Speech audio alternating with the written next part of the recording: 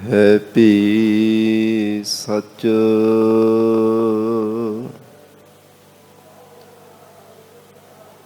ਨਾਨਕ ਹੋਸੀ ਭੀ ਸਚ।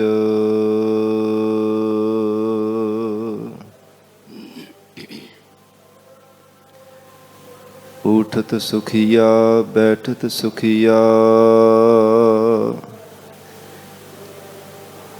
ਭਉ ਨਹੀਂ ਲਾਗੈ ਜਾਂ ਐਸੇ ਬੁਝੀਆ।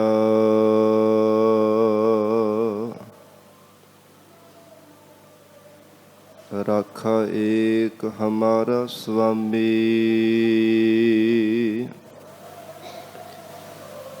ਸਗਲ ਘਾਟਾ ਕਾ ਅੰਤਰਜਾਮੀ।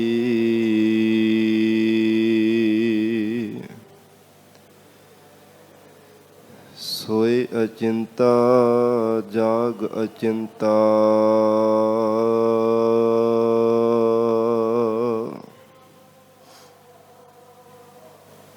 ਜਹਾਂ ਕਹਾਂ ਪ੍ਰਭ ਤੂ ਵਰਤੰਤਾ।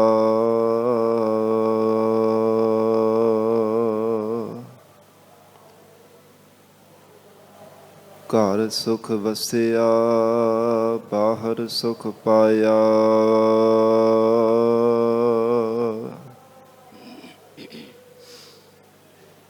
ਕਹੋ ਨਾਨਕ ਗੁਰ ਮੰਤਰ ਦ੍ਰਿੜਾਇਆ।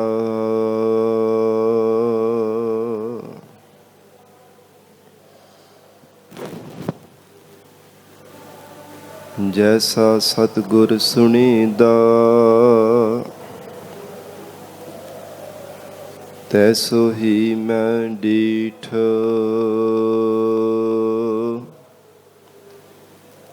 ਵਿਛੜਿਆ ਮਿਲੈ ਪ੍ਰਭੂ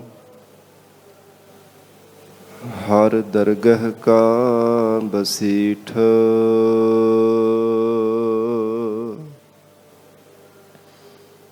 ਹਰ ਨਾਮੋ ਮੰਤਰ ਦ੍ਰਿੜਾਏਂਦਾ ਕੱਟੇ ਹਉਮੈ ਰੋਗ।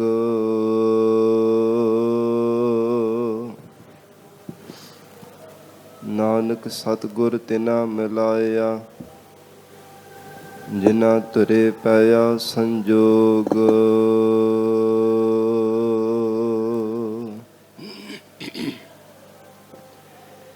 ਮੂਕ ਉਚ ਰਹਿ ਸਾਸਤਰ ਖਾਟ ਪਿੰਗ ਗਿਰਨ ਚੜ ਜਾਏ।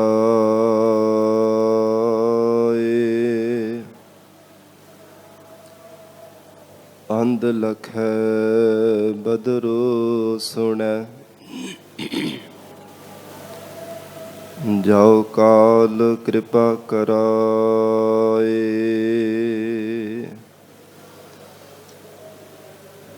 ਜਿਉ ਬੋਲਾਵਹਿ ਤਿਉ ਬੋਲਹਿ ਸੁਆਮੀ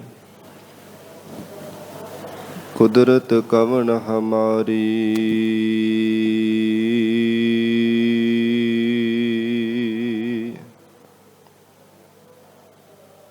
ਸਾਧ ਸੰਗ ਨਾਨਕ ਜਸ ਗਾਇਓ ਜੋ ਪ੍ਰਭ ਕੀ ਅਤਿ ਪਿਆਰੀ।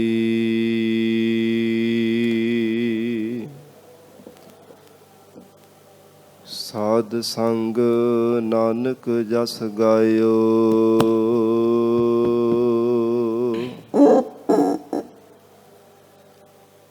ਜੋ ਪ੍ਰਭ ਕੀ ਅਤਿ ਪਿਆਰੀ।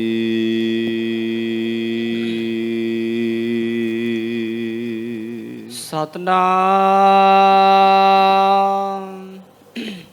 ਸ੍ਰੀ ਵਾਹਿਗੁਰੂ ਸਾਹਿਬ ਜੀ। ਆਸਾ ਮਹੱਲਾ ਪੰਜਵਾ। ਘਰ ਮਹਿ ਸੂਖ ਬਾਹਰ ਫੁਨ ਸੂਖਾ। ਹਰ ਸਿਮਰਤ ਸਗਲ ਬਿਨਾਸੇ ਦੁਖਾ। ਸਗਲ ਸੂਖ ਜਾਂ ਤੂੰ ਚਿਤ ਆਵੈ। ਮੈਂ ਸੋ ਨਾਮ ਜਪੈ ਸੋ ਜੋ ਜਨ ਤੁਧ ਪਾਵੈ। ਘਰ ਮਹਿ ਸੂਖ ਬਾਹਰ ਫੁਨ ਸੂਖਾ। ਵਾਹਿਗੁਰੂ ਜੀ ਕਾ ਖਾਲਸਾ ਵਾਹਿਗੁਰੂ ਜੀ ਕੀ ਫਤਿਹ। ਪਤਿਤ ਪਾਵਨ ਭਗਤ ਵਛਲ ਅੰਤਰਜਾਮੀ ਕਰੁਣਾ ਨਿਧਾਨ ਗੁਰੂ ਗਰੀਬ ਨਵਾਜ। ਕਲਯੁਗ ਕੇ ਤਾਰਨਹਾਰੇ ਸ਼ਬਦ ਗੁਰੂ ਸਾਹਿਬ ਸਤਿਗੁਰੂ ਧੰਨ ਧੰਨ ਸ੍ਰੀ ਗੁਰੂ ਗ੍ਰੰਥ ਸਾਹਿਬ ਮਹਾਰਾਜ ਸੱਚੇ ਪਾਤਸ਼ਾਹ ਜੀ ਦੇ ਪਾਵਨ ਪਵਿੱਤਰ ਹਜ਼ੂਰੀ ਅੰਦਰ ਜੁੜ ਬੈਠੇ ਗੁਰੂ ਖਾਲਸਾ ਸਾਧ ਸੰਗਤ ਜੀਓ। ਸਤਿਗੁਰੂ ਜੀ ਦੀ ਮਹਾਨ ਬਖਸ਼ਿਸ਼ ਦਾ ਸਦਕਾ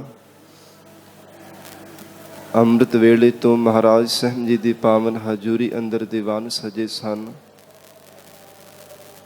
ਸਜੇ ਹੋ ਦੀਵਾਨਾਂ ਅੰਦਰ ਆਪ ਸਰਬਤ ਸੰਗਤਾਂ ਹਾਜ਼ਰੀਆਂ ਭਰ ਕੇ ਲਾਹੇ ਪ੍ਰਾਪਤ ਕਰ ਰਹੇ ਹੋ। ਅੰਮ੍ਰਿਤਮਈ ਪਾਵਨ ਗੁਰਬਾਣੀ ਦੇ ਜਾਪ ਅੰਮ੍ਰਿਤ ਰੂਪ ਰਸ ਭਿੰਨਾ ਗੁਰਬਾਣੀ ਦਾ ਕੀਰਤਨ ਆਪ ਸੰਗਤਾਂ ਨੇ ਸਰਵਣ ਕੀਤਾ ਹੈ। ਆਓ ਸਾਧ ਸੰਗਤ ਜੀ ਹੋਰ ਵੀ ਕੋਈ ਸਮਾਂ ਪਿਆਰ ਸਤਿਕਾਰ ਸਹਿਤ ਸਤਿਗੁਰੂ ਜੀ ਦੇ ਚਰਨਾਂ ਵਿੱਚ ਬੈਠ ਕੇ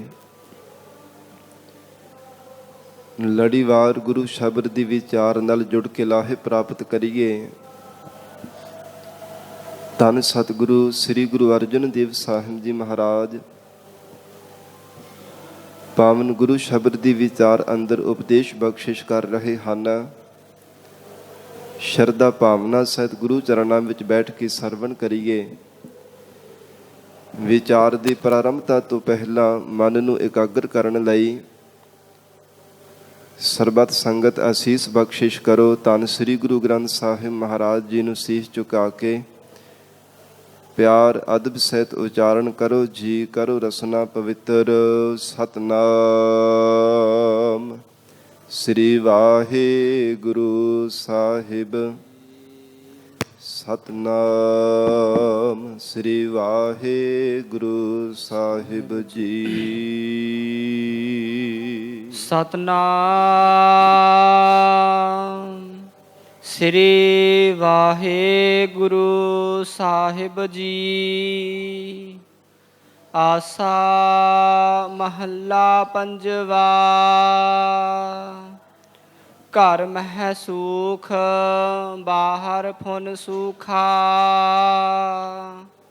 ਧੰਨ ਸਤਿਗੁਰੂ ਸ੍ਰੀ ਗੁਰੂ ਅਰਜਨ ਦੇਵ ਸਾਹਿਬ ਜੀ ਮਹਾਰਾਜ ਆਸਾ ਰਾਗ ਅੰਦਰ ਹਜੂਰ ਉਪਦੇਸ਼ ਬਖਸ਼ਿਸ਼ ਕਰ ਰਹੇ ਹਨ।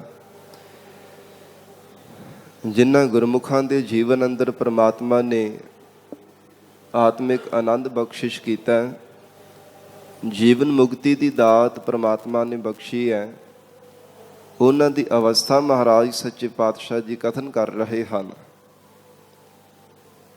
ਕਿਉਂਕਿ ਜੋ ਮਨੁੱਖ ਸੰਸਾਰ ਦੇ ਅੰਦਰ ਭਾਵੇਂ ਤਨ ਕਰਕੇ ਕਹੇ ਕਿ ਮੈਨੂੰ ਬਹੁਤ ਸੰਸਾਰ ਭਰ ਦੇ ਸਾਰੇ ਸੁੱਖ ਪ੍ਰਾਪਤ ਹੋ ਗਏ ਹੈ, ਮੈਨੂੰ ਕੋਈ ਵੀ ਦੁਨੀਆ ਦਾ ਬੰਧਨ ਨਹੀਂ, ਮੈਂ ਆਜ਼ਾਦ ਹਾਂ, ਪਰ ਮਨ ਕਰਕੇ ਸੰਸਾਰ ਦੇ ਸੁੱਖਾਂ ਰੂਪੀ ਜੰਜਾਲ ਦੇ ਵਿੱਚ ਜੋ ਜੀਵ ਪਰਚਿਆ ਹੋਇਆ ਉਹ ਅਸਲ ਦੇ ਵਿੱਚ ਆਜ਼ਾਦ ਨਹੀਂ ਹੁੰਦਾ। ਭਾਵੇਂ ਉਹ ਸੰਸਾਰ ਦੇ ਅੰਦਰ ਪੁੰਨ ਦਾਨ ਵੀ ਕਰਦਾ, ਚੰਗੇ ਕਰਮ ਕਰਨ ਦਾ ਦਾਅਵਾ ਵੀ ਕਰਦਾ, ਜੇ ਪਰਮੇਸ਼ਰ ਦਾ ਸਿਮਰਨ ਨਹੀਂ ਕਰਦਾ ਉਹ ਜਾਣੋ ਕਿ ਉਹ ਵੀ ਸੰਸਾਰ ਦੇ ਜੰਜਾਲ ਦੇ ਵਿੱਚ ਜਕੜਿਆ ਹੋਇਆ ਹੈ। ਉਦਾਹਰਣ ਵਜੋਂ ਬੇਨਤੀ ਕਰਾਂ ਕਿ ਜਿਵੇਂ ਇੱਕ ਮਨੁੱਖ ਨੂੰ ਲੋਹੇ ਦੀ ਜੰਜੀਰਾਂ ਦੇ ਨਾਲ ਬੰਨ੍ਹ ਦਿੱਤਾ ਜਾਵੇ, ਦੂਜੇ ਪਾਸੇ ਮਨੁੱਖ ਨੂੰ ਸੋਨੇ ਦੀਆਂ ਜੰਜੀਰਾਂ ਦੇ ਨਾਲ ਬੰਨ੍ਹ ਦਿੱਤਾ ਜਾਵੇ, ਹੈ ਤਾਂ ਦੋਵੇਂ ਬੰਧਨ ਰੂਪੀ ਹੈ ਨਾ। ਭਾਵੇਂ ਲੋਹੇ ਦੇ ਬੇੜੀਆਂ ਦੇ ਨਾਲ ਬੱਧਾ ਹੋਇਆ ਜਾਂ ਫਿਰ ਸੋਨੇ ਦੀਆਂ ਬੇੜੀਆਂ ਜੰਜੀਰਾਂ ਦੇ ਵਿੱਚ ਬੱਧਾ ਹੋਇਆ, ਹੈ ਦੋਵੇਂ ਬੰਧਨ ਰੂਪ ਹੀ ਹੈ।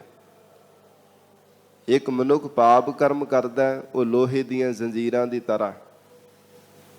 ਇੱਕ ਪੁੰਨ ਦਾਨ ਕਰਕੇ ਉਹਦਾ ਹੰਕਾਰ ਕਰਦਾ, ਉਹ ਸਾਧ ਸੰਗਤ ਜੀ ਸੋਨੇ ਦੀ ਜੰਜੀਰਾਂ ਦੀ ਤਰ੍ਹਾਂ ਹੈ। ਭਾਵ ਇਹ ਕਿ ਜੇ ਪ੍ਰਮਾਤਮਾ ਦਾ ਸਿਮਰਨ ਨਹੀਂ ਕਰਦਾ ਉਹ ਜਿੰਨੇ ਮਰਜ਼ੀ ਦਾਅਵੇ ਕਰੀ ਜਾਵੇ ਕਿ ਮੈਂ ਤਾਂ ਚੰਗੇ ਕਰਮ ਹੀ ਕਰਦਾ, ਮੈਨੂੰ ਗੁਰੂ ਵਾਲਾ ਬਣਨ ਦੀ ਲੋੜ ਨਹੀਂ, ਮੈਨੂੰ ਸਿਮਰਨ ਕਰਨ ਦੀ ਲੋੜ ਨਹੀਂ, ਮੈਂ ਕਿਹੜਾ ਕੋਈ ਸੰਸਾਰ ਦਾ ਨਸ਼ਾ ਪੱਤਾ ਕਰਦਾ। ਇਹ ਸੁਭਾਵਿਕ ਹੀ ਸਾਧ ਸੰਗਤ ਜੀ ਇਸ ਗੱਲ ਦਾ ਅਸੀਂ ਦਾਅਵਾ ਕਰਦੇ ਰਹਿੰਦੇ ਹਾਂ ਕਿ ਸਾਨੂੰ ਗੁਰੂ ਵਾਲੇ ਬਣਨ ਦੀ ਲੋੜ ਨਹੀਂ, ਅਸੀਂ ਤਾਂ ਬਹੁਤ ਦਾਨ ਪੁੰਨ ਕਰਦੇ ਹਾਂ। ਠੀਕ ਹੈ, ਚੰਗੀ ਗੱਲ ਹੈ, ਮਾੜਾ ਕਰਮ ਨਹੀਂ ਹੈ ਦਾਨ ਪੁੰਨ ਕਰਨਾ, ਲੋੜਵੰਦ ਦੀ ਸਹਾਇਤਾ ਕਰ ਦੇਣੀ, ਪਰ ਜੋ ਗੁਰੂ ਘਰ ਦੀ ਮਰਜ਼ਾਦਾ ਹੈ, ਮਨੁੱਖ ਜਦੋਂ ਤੱਕ ਆਪਣੀ ਮਨ ਮਰਜ਼ੀ ਕਰਦਾ, ਕੀਤੇ ਹੋਏ ਭਾਵੇਂ ਪੁੰਨ ਦਾਨ ਕਰਮਾਂ ਦਾ ਫਲ ਵੀ ਜ਼ਰੂਰ ਬਰ ਜ਼ਰੂਰ ਮਿਲਦਾ, ਪਰ ਜੇ ਸਤਿਗੁਰੂ ਜੀ ਦੀ ਸ਼ਰਨ ਨਹੀਂ ਨਾ ਧਾਰਨ ਕਰਦਾ, ਗੁਰੂ ਵਾਲਾ ਨਹੀਂ ਬਣਦਾ, ਪਰਮੇਸ਼ਰ ਦਾ ਸਿਮਰਨ ਨਹੀਂ ਕਰਦਾ, ਉਦੋਂ ਤੱਕ ਮੁਕਤੀ ਨਹੀਂ ਕਦੇ ਵੀ ਪ੍ਰਾਪਤ ਕਰ ਸਕਦਾ। ਇਹ ਗਰੀਬ ਨਵਾਜ ਸਤਿਗੁਰੂ ਜੀ ਦੇ ਘਰ ਦੀ ਮਰਜ਼ਾਦਾ ਹੈ। ਹਜੂਰ ਜੀਵਨ ਮੁਕਤ ਗੁਰਮੁਖਾਂ ਦਾ ਜੀਵਨ ਕਥਨ ਕਰ ਰਹੇ ਹਨ, ਜਿਨ੍ਹਾਂ ਦੀ ਜ਼ਿੰਦਗੀ ਵਿੱਚ ਰਾਈ ਮਾਤਰ ਥੋੜ੍ਹਾ ਜਿੰਨਾ ਵੀ ਕੋਈ ਸਾਧ ਸੰਗਤ ਜੀ ਕਿਸੇ ਪ੍ਰਕਾਰ ਦਾ ਕੋਈ ਜੰਜਾਲ ਨਹੀਂ ਪੈਣ ਵਾਲਾ। ਜਿੰਨੇ ਵੀ ਸੰਸਾਰ ਦੀ ਮੋਹ ਮਮਤਾ ਦੇ ਜੰਜਾਲ ਹਨ, ਤਿਨਾਂ ਤੋਂ ਆਜ਼ਾਦ ਹੋ ਕੇ ਗੁਰਮੁਖ ਜਨ ਜੀਵਨ ਨਿਰਵਾਹ ਕਰਦੇ, ਜਿਨ੍ਹਾਂ ਨੂੰ ਜੀਵਨ ਮੁਕਤੀ ਦਾ ਆਨੰਦ ਪ੍ਰਾਪਤ ਹੋ ਜਾਂਦਾ ਹੈ। ਉਹ ਭਾਵੇਂ ਸੁੱਖਾਂ ਦੇ ਵਿੱਚ ਜੀਵਨ ਨਿਰਵਾਹ ਕਰਨ, ਭਾਵੇਂ ਦੁੱਖਾਂ ਦੇ ਵੀ ਜ਼ਿੰਦਗੀ ਬਤੀਤ ਕਰ ਰਹੇ ਹੋਣ, ਕੇਵਲ ਇੱਕ ਪ੍ਰਮਾਤਮਾ 'ਤੇ ਭਰੋਸਾ ਰੱਖਣਾ ਔਰ ਦੁੱਖਾਂ ਵਿੱਚ ਸੁੱਖਾਂ ਵਿੱਚ ਸਮਾਨ ਬਿਰਤੀ ਰੱਖ ਕੇ ਪ੍ਰਮਾਤਮਾ ਦੀ ਬੰਦਗੀ ਕਰਨੀ, ਐਸਾ ਉਹਨਾਂ ਗੁਰਮੁਖਾਂ ਦੇ ਜੀਵਨ ਦੇ ਹਿੱਸੇ ਆਇਆ ਹੈ। ਸਤਿਗੁਰੂ ਅਰਜਨ ਦੇਵ ਸਾਹਿਬ ਮਹਾਰਾਜ ਹਜੂਰ ਬਖਸ਼ਿਸ਼ ਕਰ ਰਹੇ ਹੈ, ਘਰ ਮਹਿ ਸੂਖ ਬਾਹਰ ਫੁਨ ਸੂਖਾ। ਉਹ ਘਰ ਵਿੱਚ ਰਹਿਣ ਭਾਵੇਂ ਬਾਹਰ ਸੰਸਾਰ ਦੇ ਕਿਸੇ ਕੋਨੇ ਤੇ ਚਲੇ ਜਾਣ, ਸਭ ਥਾਵਾਂ ਤੇ ਉਹਨਾਂ ਦੇ ਲਈ ਆਤਮਿਕ ਸੁੱਖ ਹੀ ਸੁੱਖ ਹੈ। ਜਾਂ ਫਿਰ ਘਰ ਮਹਿ ਸੂਖ, ਜੇ ਹਿਰਦੇ ਰੂਪ ਘਰ ਦੇ ਵਿੱਚ ਆਪਣੀ ਚਿੱਤ ਬਿਰਤੀ ਟਿਕਾਉਂਦੇ ਹੈ, ਫਿਰ ਵੀ ਉਹਨਾਂ ਨੂੰ ਹਿਰਦੇ ਦਾ ਆਤਮਿਕ ਸੁੱਖ ਪ੍ਰਾਪਤ ਹੁੰਦਾ ਹੈ। ਤੇ ਜੇ ਬਾਹਰ ਮੁਖੀ ਬਿਰਤੀ ਸੰਸਾਰ ਦੇ ਅੰਦਰ ਲੈ ਕਰਕੇ ਵਿਚਰਦੇ ਹੈ, ਹਿਰਦੇ ਦਾ ਆਨੰਦ ਕਦਾਚਿਤ ਵੀ ਉਹਨਾਂ ਦਾ ਸਾਧ ਸੰਗਤ ਜੀ ਮੁੱਕਦਾ ਨਹੀਂ ਹੈ, ਕਿਉਂਕਿ ਬਾਹਰ ਵੀ ਸੁੱਖ ਸਰੂਪ ਪ੍ਰਮਾਤਮਾ ਦੇ ਚਰਨਾਂ ਦਾ ਹੀ ਧਿਆਨ ਧਾਰਨ ਕਰਦੇ ਹਨ। ਜਾਂ ਫਿਰ ਆਪਣਾ ਪਰਾਇਆ ਭਲਾ ਬੁਰਾ ਦੇਖਣਾ, ਇਹ ਉਹਨਾਂ ਦੀ ਦ੍ਰਿਸ਼ਟੀ ਵਿੱਚੋਂ ਮਿਟ ਜਾਂਦਾ, ਖਤਮ ਹੋ ਜਾਂਦਾ। ਜੋ ਗੁਰਮੁਖ ਜਨ ਜੀਵਨ ਮੁਕਤੀ ਦਾ ਆਨੰਦ ਪ੍ਰਾਪਤ ਕਰ ਲੈਂਦੇ ਹਨ, ਉਹ ਹਰ ਇੱਕ ਜੀਵ ਦੇ ਅੰਦਰ ਭਾਵੇਂ ਕੋਈ ਬੁਰਾ ਹੈ, ਚਾਹੇ ਔਗਣਹਾਰਾ ਹੈ, ਪਾਪੀ ਹੈ, ਪੁੰਨੀ ਹੈ, ਸਭ ਜੀਵਾਂ ਦੇ ਅੰਦਰ ਸਮ ਦ੍ਰਿਸ਼ਟੀ ਦੇ ਨਾਲ ਇੱਕ ਪ੍ਰਮਾਤਮਾ ਦੇ ਪ੍ਰਕਾਸ਼ ਸਰੂਪ ਨੂੰ ਦੇਖਦੇ ਰਹਿੰਦੇ ਹੈ। ਇਸ ਲਈ ਭਾਵੇਂ ਮਹਾਰਾਜ ਕਹਿੰਦੇ ਉਹ ਘਰ ਦੇ ਵਿੱਚ ਹਨ ਚਾਹੇ ਬਾਹਰ ਹਨ, ਸਭ ਥਾਵਾਂ ਤੇ ਉਹਨਾਂ ਦੇ ਹਿਰਦੇ ਦਾ ਆਨੰਦ ਬਣਿਆ ਰਹਿੰਦਾ, ਸਭ ਥਾਵਾਂ ਤੇ ਉਹਨਾਂ ਨੂੰ ਸੁੱਖ ਪ੍ਰਾਪਤ ਹੋਣ ਵਾਲਾ, ਜਿਨ੍ਹਾਂ ਦੇ ਹਿਰਦੇ ਅੰਦਰ ਵਾਹਿਗੁਰੂ ਨੇ ਇਹ ਆਤਮਿਕ ਜੀਵਨ ਦੀ ਦਾਤ ਬਖਸ਼ਿਸ਼ ਕਰ ਦਿੱਤੀ ਹੈ, ਜਿਨ੍ਹਾਂ ਨੂੰ ਪ੍ਰਮਾਤਮਾ ਨੇ ਜੀਵਨ ਮੁਕਤ ਬਣਾ ਦਿੱਤਾ ਹੈ। ਕੋਈ ਵੀ ਬੰਧਨ ਭਾਵੇਂ ਕੋਈ ਯਤਨ ਕਰਦਾ ਹੈ, ਕੋਈ ਸੰਸਾਰ ਦੀ ਔਕੜ ਹੈ, ਕੋਈ ਦੁੱਖ ਤਕਲੀਫ ਹੈ, ਮਹਾਰਾਜ ਕਹਿੰਦੇ ਉਹਨਾਂ ਨੂੰ ਤਾਂ ਜਿਵੇਂ ਸੰਸਾਰ ਦੇ ਸਾਧ ਸੰਗਤ ਜੀ ਬੜਾ ਵੱਡਾ ਭੈ ਬਣਿਆ ਹੋਇਆ ਜਿਹੜਾ ਮੌਤ ਦਾ ਭੈ ਹੈ, ਪਰ ਉਹਨਾਂ ਜੀਵਨ ਮੁਕਤ ਪੁਰਖਾਂ ਨੂੰ ਮੌਤ ਦਾ ਭੈ ਵੀ ਸਾਧ ਸੰਗਤ ਜੀ ਪ੍ਰਤੀਤ ਨਹੀਂ ਹੁੰਦਾ, ਥੋੜ੍ਹਾ ਜਿੰਨਾ ਵੀ ਉਹਨਾਂ ਦਾ ਭੈ ਮਨ ਦੇ ਵਿੱਚ ਨਹੀਂ ਆਵਣਾ ਕਰਦਾ। ਇਸ ਲਈ ਹਜੂਰ ਨੇ ਉਚਾਰਨ ਕੀਤਾ, ਘਰ ਮਹਿ ਸੂਖ ਬਾਹਰ ਫੁਨ ਸੂਖਾ। ਉਹ ਜਿੱਥੇ ਵੀ ਕਿਤੇ ਜਾਂਦੇ ਆ ਨਾ, ਪ੍ਰਮਾਤਮਾ ਵਾਹਿਗੁਰੂ ਉਹਨਾਂ ਨੂੰ ਆਤਮਿਕ ਸੁੱਖ ਬਖਸ਼ਿਸ਼ ਕਰਦਾ ਹੈ।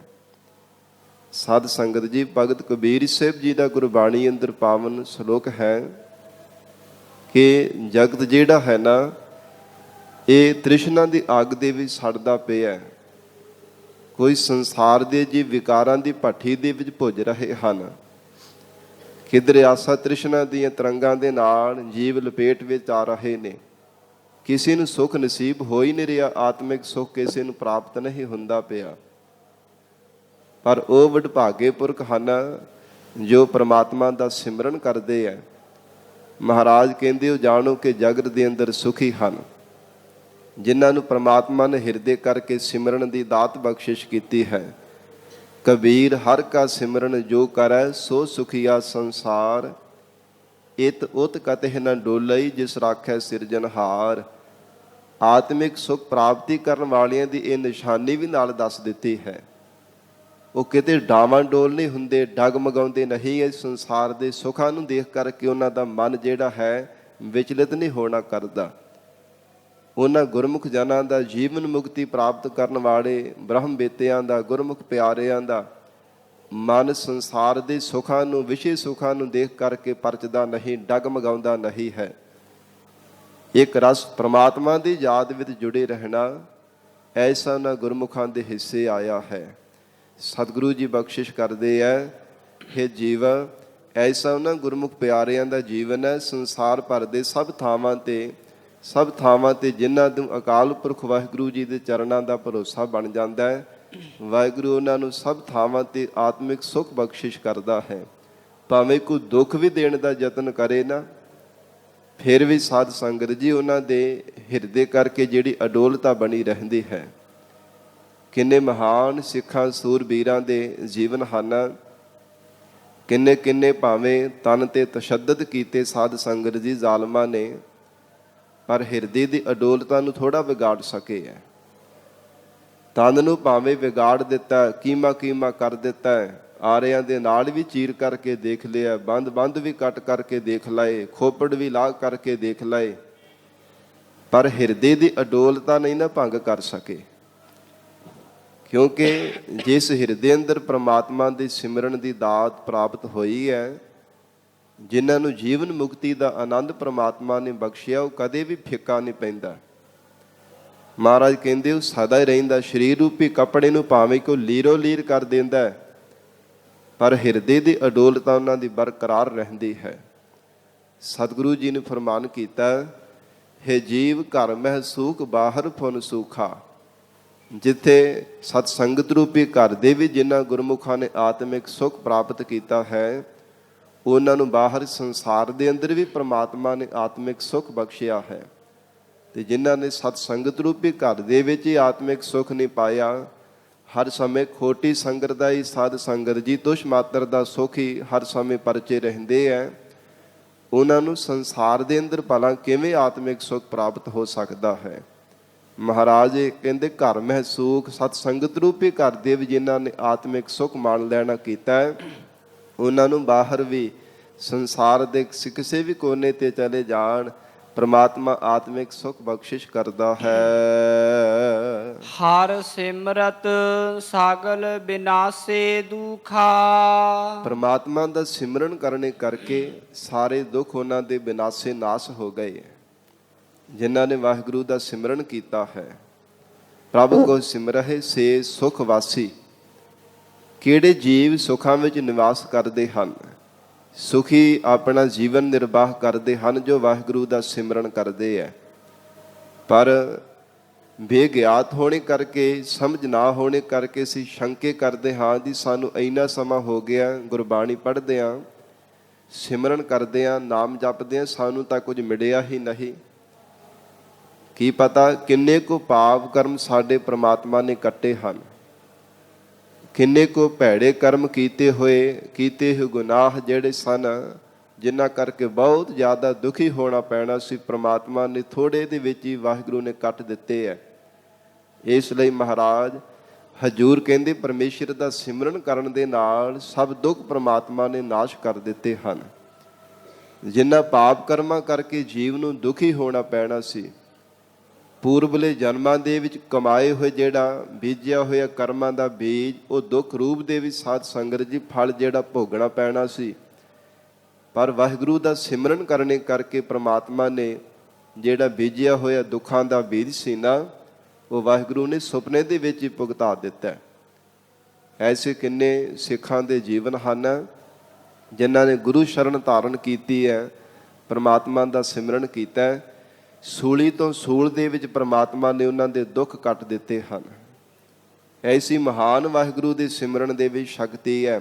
ਪ੍ਰਮਾਤਮਾ ਦਾ ਸਿਮਰਨ ਕਰਨੇ ਕਰਕੇ ਮਹਾਰਾਜ ਕਹਿੰਦੇ ਸਭ ਦੁੱਖ ਨਾਸ਼ ਹੋ ਜਾਂਦੇ ਹਨ।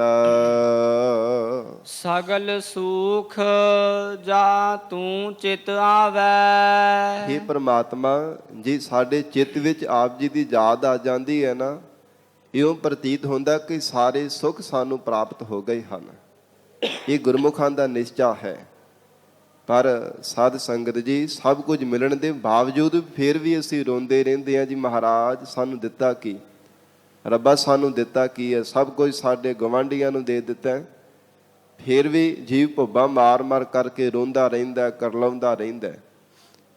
ਕਿੰਨੀ ਵੱਡੀ ਪ੍ਰਮਾਤਮਾ ਨੇ ਮਿਹਰ ਕੀਤੀ ਹੈ। 84 ਲੱਖ ਜੂਨਾਂ ਦੇ ਵਿੱਚੋਂ ਕੱਢ ਕੇ ਮਾਨਸ ਜੀਵਨ ਬਖਸ਼ਿਸ਼ ਕੀਤਾ। ਫਿਰ ਹੱਥ ਪੈਰ ਕੰਮ ਕਰਦੇ ਹੈ। ਪ੍ਰਮਾਤਮਾ ਨੇ ਸੁੰਦਰ ਨਰ ਨਾਰਾਇਣੀ ਬਖਸ਼ੀ ਹੈ, ਦਰੁਸਤ ਸਰੀਰ ਦਿੱਤਾ ਹੈ। ਨਹੀਂ ਤਾਂ ਉਹ ਵੀ ਤਾਂ ਲੋਕ ਹੈ ਜਿਨ੍ਹਾਂ ਦਾ ਕਿਸੇ ਦਾ ਹੱਥ ਕਿਸੇ ਦਾ ਪੈਰ ਨਹੀਂ ਕੋਈ ਕੰਮ ਕਰਦਾ।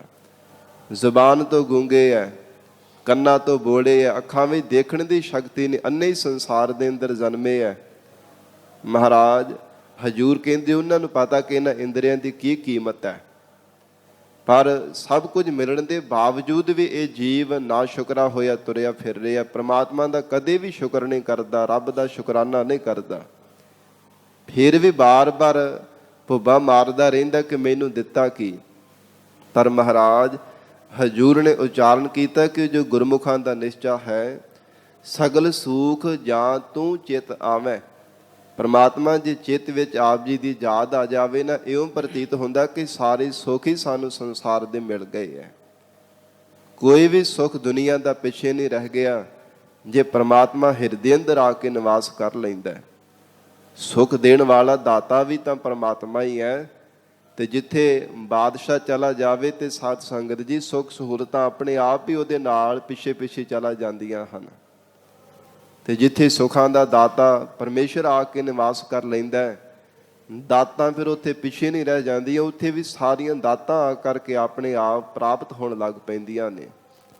ਧੰਨ ਗੁਰੂ ਅਰਜਨ ਦੇਵ ਸਾਹਿਬ ਮਹਾਰਾਜ ਹਜੂਰ ਨੇ ਉਚਾਰਨ ਕੀਤਾ, ਹੇ ਪ੍ਰਮਾਤਮਾ ਸਗਲ ਸੂਖ ਜਾਂ ਤੂੰ ਚਿਤ ਆਵੇਂ।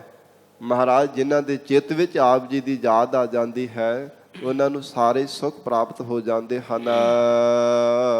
ਸੋ ਨਾਮ ਜਪੈ ਜੋ ਜਨ ਤੁਧ ਭਾਵੈ। ਪਰ ਨਾਮ ਉਹ ਜੀਵ ਜਪਦਾ ਜੋ ਆਪ ਜੀ ਨੂੰ ਭਾਵਦਾ ਹੈ। ਹਰ ਇੱਕ ਜੀਵ ਨਹੀਂ ਪਰਮੇਸ਼ਰ ਦਾ ਨਾਮ ਜਪਦਾ। ਹਰ ਇੱਕ ਜੀਵ ਨਹੀਂ ਹਿਰਦੇ ਹੋ ਕੇ ਪ੍ਰਮਾਤਮਾ ਨੂੰ ਧਿਆਉਂਦਾ। ਪ੍ਰਮਾਤਮਾ ਜਿਸ ਜੀਵ ਤੇ ਕਿਰਪਾ ਕਰਦਾ, ਹਿਰਦਿਓਂ ਪਿਆਰ ਬਖਸ਼ਿਸ਼ ਕਰਦਾ। ਨਹੀਂ ਤੇ ਬਹੁਤਾਤ ਵਿੱਚ ਅਸੀਂ ਵੇਖਾ ਵਿਖਾਈ ਸਾਧ ਸੰਗਤ ਜੀ, ਲੋਕ ਲੱਜਾ ਰੱਖਣ ਦੇ ਵਾਸਤੇ ਅਸੀਂ ਜ਼ਰੂਰ ਜਪਦੇ ਹਾਂ ਜਾਂ ਗੁਰਬਾਣੀ ਪੜ੍ਹਦੇ ਹਾਂ। ਪਰ ਮਹਾਰਾਜ ਕਹਿੰਦੇ ਹਿਰਦਿਓਂ ਹੋ ਕੇ ਪ੍ਰਮਾਤਮਾ ਨੂੰ ਚੇਤੇ ਕਰਨਾ, ਇਹ ਪ੍ਰਮਾਤਮਾ ਦੀ ਇੱਕ ਬਖਸ਼ਿਸ਼ ਹੈ। ਵਾਹਿਗੁਰੂ ਦੀ ਬਖਸ਼ੀ ਹੋਈ ਅਮੋਲਕ ਦਾਤ ਹੈ। ਜਿਨ੍ਹਾਂ ਤੇ ਪ੍ਰਮਾਤਮਾ ਨੇ ਕਿਰਪਾ ਕੀਤੀ, ਸੋ ਨਾਮ ਜਪੈ ਜੋ ਜਨ ਤੁਧ ਭਾਵੈ। ਮਹਾਰਾਜ ਜਿਨ੍ਹਾਂ ਦੇ ਹਿਰਦੇ ਦੀ ਭਾਵਨਾ ਆਪ ਜੀ ਨੂੰ ਭਾ ਗਈ ਹੈ, ਜਿਨ੍ਹਾਂ ਦੇ ਹਿਰਦੇ ਦਾ ਪਿਆਰ, ਅੰਦਰ ਦੀ ਸ਼ਰਧਾ ਭਾਵਨਾ ਜਿਨ੍ਹਾਂ ਦੀ ਭਾਵ ਗਈ, ਪਰਮੇਸ਼ਰ ਨੇ ਉਹਨਾਂ ਨੂੰ ਨਾਮ ਜਪਣ ਦੀ ਦਾਤ ਬਖਸ਼ਿਸ਼ ਕੀਤੀ ਹੈ। ਉਹ ਹਿਰਦੇ ਹੋ ਕੇ ਵਾਹਿਗੁਰੂ ਦੀ ਯਾਦ ਵਿੱਚ ਜੁੜੇ ਹਨ। ਰਹਾਉ ਵਿਸਰਾਮ ਦੇ ਕੇ ਸਤਿਗੁਰੂ ਜੀ ਫਰਮਾਉਂਦੇ ਹਨ, ਤਨ ਮਨ ਸੀਤਲ ਜਪ ਨਾਮ ਤੇਰਾ। ਹੇ ਪ੍ਰਮਾਤਮਾ, ਜਿਨ੍ਹਾਂ ਨੇ ਆਪ ਜੀ ਦਾ ਨਾਮ ਜਪਿਆ, ਉਹਨਾਂ ਦਾ ਤਨ ਵੀ ਮਨ ਵੀ ਸੀਤਲ ਹੋ ਗਿਆ ਹੈ। ਇਹ ਸਾਧ ਸੰਗਤ ਜੀ, ਤਨ ਨੂੰ ਸੀਤਲ ਕਰਨ ਦੇ ਵਾਸਤੇ ਤਾਂ ਬੜੇ ਸੰਸਾਰ ਦੇ ਅੰਦਰ ਬਹੁਤ ਸਾਰੇ ਅਦਾਰੇ ਹੈ, ਬਹੁਤ ਸਾਰੇ ਸੰਸਾਰ ਦੇ ਅੰਦਰ ਸਾਧਨ ਵੀ ਹੈ ਤਨ ਨੂੰ ਸੀਤਲ ਕਰਨ ਦੇ ਵਾਸਤੇ, ਠੰਡਾ ਕਰਨ ਦੇ ਲਈ। ਪਰ ਮਨ ਨੂੰ ਸੀਤਲ ਕਰਨਾ ਪਰਮੇਸ਼ਰ ਦੇ ਨਾਮ ਤੋਂ ਬਿਨਾਂ ਕੋਈ ਵੀ ਸੰਸਾਰ ਦੀ ਸ਼ਕਤੀ ਨਹੀਂ, ਨਾ ਕੋਈ ਅਦਾਰਾ ਹੀ ਹੈ। ਮਹਾਰਾਜ ਜੀ ਦੇ ਬਚਨ ਪੜ੍ਹਦੇ ਹਨ, ਚੰਦਨ ਚੰਦ ਨਾ ਸਰਦ ਰੋਤਾ, ਮੂਲ ਨਾ ਮਿਟਾਈ ਕਾਮ। ਸੀਤਲ ਥੀਵੈ ਨਾਮ ਨਾਨਕਾ, ਜਪੰਦੜੋ ਹਰ ਨਾਮ।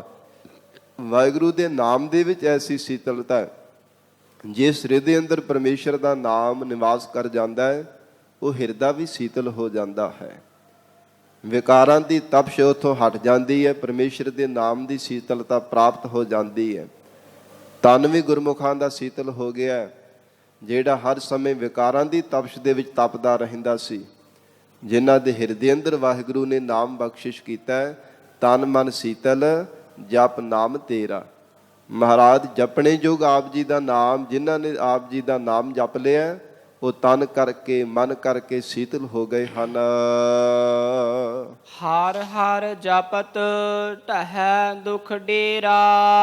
हे ਵਾਹਿਗੁਰੂ, ਆਪ ਜੀ ਦਾ ਜਪਣੇ ਯੋਗ ਜਾਪ ਕਰਨੇ ਕਰਕੇ ਜਿਹੜਾ ਵਿਕਾਰਾਂ ਨੂੰ ਪਾਪ ਕਰਮਾਂ ਨੂੰ ਜ਼ਬਤ ਕਰ ਦਿੰਦਾ ਹੈ, ਜਿਹੜਾ ਕੀਤੇ ਹੋਏ ਗੁਨਾਹਾਂ ਨੂੰ ਜ਼ਬਤ ਕਰ ਦਿੰਦਾ ਹੈ, ਕੀਤੇ ਹੋਏ ਅਪਰਾਧਾਂ ਨੂੰ ਜ਼ਬਤ ਕਰ ਦਿੰਦਾ ਹੈ, ਬੁਰੇ ਕਰਮਾਂ ਨੂੰ ਪਾਪ ਕਰਮਾਂ ਨੂੰ ਜ਼ਬਤ ਕਰਨ ਵਾਲਾ ਜਪਣੇ ਯੋਗ ਪਰਮੇਸ਼ਰ ਜੋ ਆਪ ਜੀ ਦਾ ਜਾਪ ਹੈ, ਜਿਨ੍ਹਾਂ ਨੇ ਜਾਪ ਕਰ ਲਿਆ ਉਹਨਾਂ ਦਾ ਢਾਹੈ ਦੁੱਖ ਡੇਰਾ।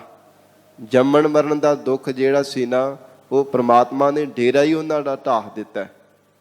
ਦੁੱਖ ਵੀ ਜਿਹੜਾ ਡੇਰਾ ਬਣਾ ਕਰਕੇ ਆ ਕੇ ਬੈਠੇ ਸਨ ਕਿ ਇੱਕ ਵਾਰ ਜੀਵਨ ਵਾਕ ਕਰਕੇ ਜਦੋਂ ਦੁੱਖ ਚੰਬੜ ਜਾਂਦਾ ਨਾ, ਥੋੜੀ ਕੀਤੇ ਹਟਣ ਦਾ ਨਾਉ ਹੀ ਨਹੀਂ ਲੈਂਦਾ।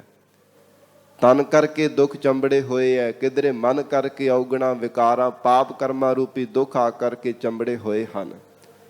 ਪਰ ਮਹਾਰਾਜ ਕਹਿੰਦੇ ਜਿਨ੍ਹਾਂ ਤੇ ਪ੍ਰਮਾਤਮਾ ਨੇ ਬਖਸ਼ਿਸ਼ ਕੀਤੀ ਹੈ, ਜਿਨ੍ਹਾਂ ਨੇ ਵਾਹਿਗੁਰੂ ਦਾ ਜਾਪ ਜਪਿਆ ਹੈ, ਉਹਨਾਂ ਦਾ ਜੰਮਣ ਮਰਨ ਦਾ ਡੇਰਾ ਵੀ ਪ੍ਰਮਾਤਮਾ ਨੇ ਢਾਹ ਦਿੱਤਾ। ਫਿਰ ਅਗਿਆਨ ਦੇ ਦੁੱਖ ਦਾ ਡੇਰਾ ਵੀ ਵਾਹਿਗੁਰੂ ਨੇ ਢਾਹ ਦਿੱਤਾ। ਪੂਰਬਲੇ ਕਮਾਏ ਹੋਏ ਪਾਪ ਕਰਮਾਂ ਦਾ ਦੁੱਖਾਂ ਦਾ ਡੇਰਾ ਵੀ ਵਾਹਿਗੁਰੂ ਨੇ ਢਾਹ ਦਿੱਤਾ। ਐਸੀ ਪ੍ਰਮਾਤਮਾ ਨੇ ਬਖਸ਼ਿਸ਼ ਕੀਤੀ ਹੈ। ਹੁਕਮ ਬੂਝੈ ਸੋਈ ਪਰਵਾਨ। ਜੋ ਵਾਹਿਗੁਰੂ ਦੀ ਪ੍ਰਾਪਤੀ ਦਾ ਹੁਕਮ ਬੁੱਝ ਲੈਂਦਾ, ਸਮਝ ਲੈਂਦਾ, ਉਹੋ ਹੀ ਪ੍ਰਮਾਤਮਾ ਦੇ ਘਰ ਦੇ ਵਿੱਚ ਪ੍ਰਵਾਨ ਹੁੰਦਾ ਹੈ।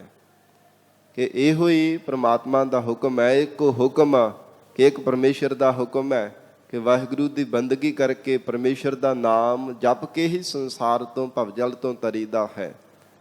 ਇਹ ਮਹਾਰਾਜ ਜੀ ਦਾ ਹੁਕਮ ਜੋ ਬੁੱਝ ਲੈਂਦਾ ਹੈ, ਸੋ ਪ੍ਰਵਾਨ, ਉਹ ਪ੍ਰਮਾਤਮਾ ਦੇ ਘਰ ਦੇ ਵਿੱਚ ਪ੍ਰਵਾਨ ਹੋ ਜਾਂਦਾ ਹੈ।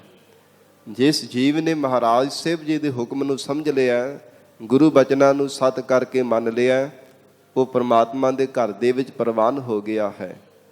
ਪਰ ਜੋ ਮਨੁੱਖ ਆਪ ਹੁਦਰਾ ਹੁੰਦਾ ਨਾ, ਮਨ ਮੱਤਾਂ ਕਰਦਾ, ਉਹ ਮਹਾਰਾਜ ਜੀ ਤੋਂ ਵਿਛੜ ਕੇ ਫਿਰ ਜਮਾਂ ਦੀਆਂ ਚੋਟਾਂ ਖਾਂਦਾ।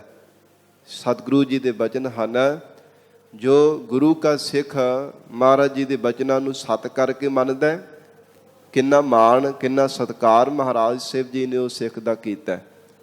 ਸਤਿਗੁਰੂ ਜੀ ਦੇ ਗੁਰਬਾਣੀ ਅੰਦਰ ਮੁਬਾਰਕ ਬਚਨ ਹਨ ਕਿ ਜੋ ਸਿੱਖ ਮਹਾਰਾਜ ਜੀ ਦੀ ਸ਼ਰਨ ਦੇ ਵਿੱਚ ਚੱਲ ਕਰਕੇ ਆਉਂਦੇ ਹਨ, ਮਹਾਰਾਜ ਜੀ ਦੇ ਬਚਨਾਂ ਨੂੰ ਸਤ ਕਰਕੇ ਮੰਨਦੇ ਹੈ, ਉਹ ਪ੍ਰਮਾਤਮਾ ਦੇ ਘਰ ਪ੍ਰਵਾਨ ਹੋ ਜਾਂਦੇ ਹਨ। ਪਰ ਆਪਣੇ ਭਾਣੇ ਜੋ ਚੱਲੇ ਭਾਈ ਵਿਛੜ ਚੋਟਾਂ ਖਾਵੇ, ਉਹਨਾਂ ਨੂੰ ਫਿਰ ਵਿਛੜ ਕਰਕੇ ਦੁਖੀ ਹੋਣਾ ਪੈਂਦਾ, ਉਹ ਜਮਾਂ ਦੀਆਂ ਚੋਟਾਂ ਖਾਂਦੇ ਆ। ਐਸੀ ਉਹਨਾਂ ਸੰਸਾਰ ਦੇ ਜੀਵਾਂ ਦੀ ਹਾਲਤ ਬਣ ਜਾਂਦੀ ਹੈ। ਪਰ ਜਿਨ੍ਹਾਂ ਨੇ ਮਹਾਰਾਜ ਕਹਿੰਦੇ ਹੁਕਮ ਬੂਝਿਆ, ਵਾਹਿਗੁਰੂ ਦੇ ਹੁਕਮ ਨੂੰ ਬੁੱਝ ਲਿਆ, ਸਤਿਗੁਰੂ ਜੀ ਦੇ ਬਚਨਾਂ ਨੂੰ ਸਤ ਕਰਕੇ ਮੰਨਿਆ, ਸੋਈ ਪ੍ਰਵਾਨ, ਉਹ ਪ੍ਰਮਾਤਮਾ ਦੇ ਘਰ ਦੇ ਵਿੱਚ ਪ੍ਰਵਾਨ ਹੋ ਗਏ ਹਨ। ਵਾਹਿਗੁਰੂ ਦੇ ਘਰ ਵਿੱਚ ਮੰਨਣ ਯੋਗ ਹੋ ਗਏ ਹਨ। ਸਾਚ ਸ਼ਬਦ ਜਾ ਕਾ ਨਿਸ਼ਾਨ। ਸੱਚੇ ਸ਼ਬਦ ਦੁਆਰਾ ਜਿਨ੍ਹਾਂ ਨੇ ਪ੍ਰਮਾਤਮਾ ਨੂੰ ਨਿਸ਼ਾਨ ਪ੍ਰਗਟ ਕਰ ਲਿਆ ਹੈ। ਸਾਚ ਸ਼ਬਦ ਜਾ ਕਾ ਨਿਸ਼ਾਨ, ਨਿਸ਼ਾਨ ਨਾਮ ਮੋਹਰ ਦਾ ਹੈ, ਪ੍ਰਵਾਨਗੀ ਦਾ ਹੈ। ਪ੍ਰਮਾਤਮਾ ਦੇ ਘਰ ਉਹਨਾਂ ਨੂੰ ਪ੍ਰਵਾਨਗੀ ਪ੍ਰਵਾਨਾ ਮਿਲ ਗਿਆ ਪਰਮੇਸ਼ਰ ਦੀ ਪ੍ਰਾਪਤੀ ਦਾ, ਜਿਨ੍ਹਾਂ ਨੇ ਸੱਚੇ ਸ਼ਬਦ ਨੂੰ ਆਪਣੇ ਜੀਵਨ ਵਿੱਚ ਧਾਰਨ ਕੀਤਾ। ਸਾਧ ਸ਼ਬਦ ਜਾ ਕਾ ਨਿਸ਼ਾਨ, ਇਹ ਜਾਣੋ ਕਿ ਉਹਨਾਂ ਦੀ ਮੋਹਰ ਹੈ, ਜਿਨ੍ਹਾਂ ਨੇ ਸੱਚੇ ਸ਼ਬਦ ਨੂੰ ਆਪਣੇ ਹਿਰਦੇ ਅੰਦਰ ਧਾਰਨ ਕੀਤਾ ਹੈ। ਜਿਸ ਪੈਸੇ ਤੇ ਮੋਹਰ ਨਾ ਹੋਵੇ, ਉਹਨੂੰ ਖੋਟਾ ਪੈਸਾ ਕਿਹਾ ਜਾਂਦਾ ਤੇ ਉਹਦਾ ਕੋਈ ਮੁੱਲ ਨਹੀਂ ਪੈਂਦਾ, ਉਹਦੀ ਕੋਈ ਕਦਰ ਨਹੀਂ ਪੈਂਦੀ। ਖਜ਼ਾਨਚੀ ਸਾਧ ਸੰਗਤ ਜੀ, ਉਹ ਖੋਟੇ ਪੈਸੇ ਨੂੰ ਕੱਢ ਕੇ ਬਾਹਰ ਸੁੱਟ ਦਿੰਦਾ ਕਿ ਇਹਦੇ ਉੱਪਰ ਮੋਹਰ ਨਹੀਂ, ਇਹ ਖੋਟਾ ਹੈ। ਤੇ ਜਿਸ ਹਿਰਦੇ ਅੰਦਰ ਪਰਮੇਸ਼ਰ ਦੇ ਸ਼ਬਦ ਦੀ ਮੋਹਰ ਨਾ ਲੱਗੀ ਹੋਵੇ ਜੀਵਨ ਅੰਦਰ, ਪ੍ਰਮਾਤਮਾ ਨੂੰ ਆਪਣੇ ਸਰੂਪ ਰੂਪੀ ਖਜ਼ਾਨੇ ਵਿੱਚ ਨਹੀਂ ਕਦੇ ਧਾਰਨ ਕਰਦਾ। ਪ੍ਰਮਾਤਮਾ ਖੋਟਾ ਜਾਣ ਕਰਕੇ ਫਿਰ ਸੰਸਾਰ ਦੇ ਅੰਦਰ ਸੁੱਟਦਾ, ਫਿਰ ਜਨਮ ਦੇ ਦਿੰਦਾ, ਤੇ ਪਤਾ ਨਹੀਂ ਫਿਰ ਕਿੰਨੇ ਕੁ ਜਨਮ ਫਿਰ ਇਸੇ ਤਰ੍ਹਾਂ ਸੰਸਾਰ ਦੇ ਅੰਦਰ ਧਾਰਨ ਕਰਦਾ ਰਹਿੰਦਾ ਹੈ। ਕਦੇ ਕਿਸੇ ਜੂਨ ਵਿੱਚ, ਕਦੇ ਕਿਸੇ ਜੂਨ ਵਿੱਚ, ਬਾਰ-ਬਾਰ 84 ਦੇ ਗੇੜੇ ਵਿੱਚ ਹੀ ਪਿਆ ਰਹਿੰਦਾ ਹੈ।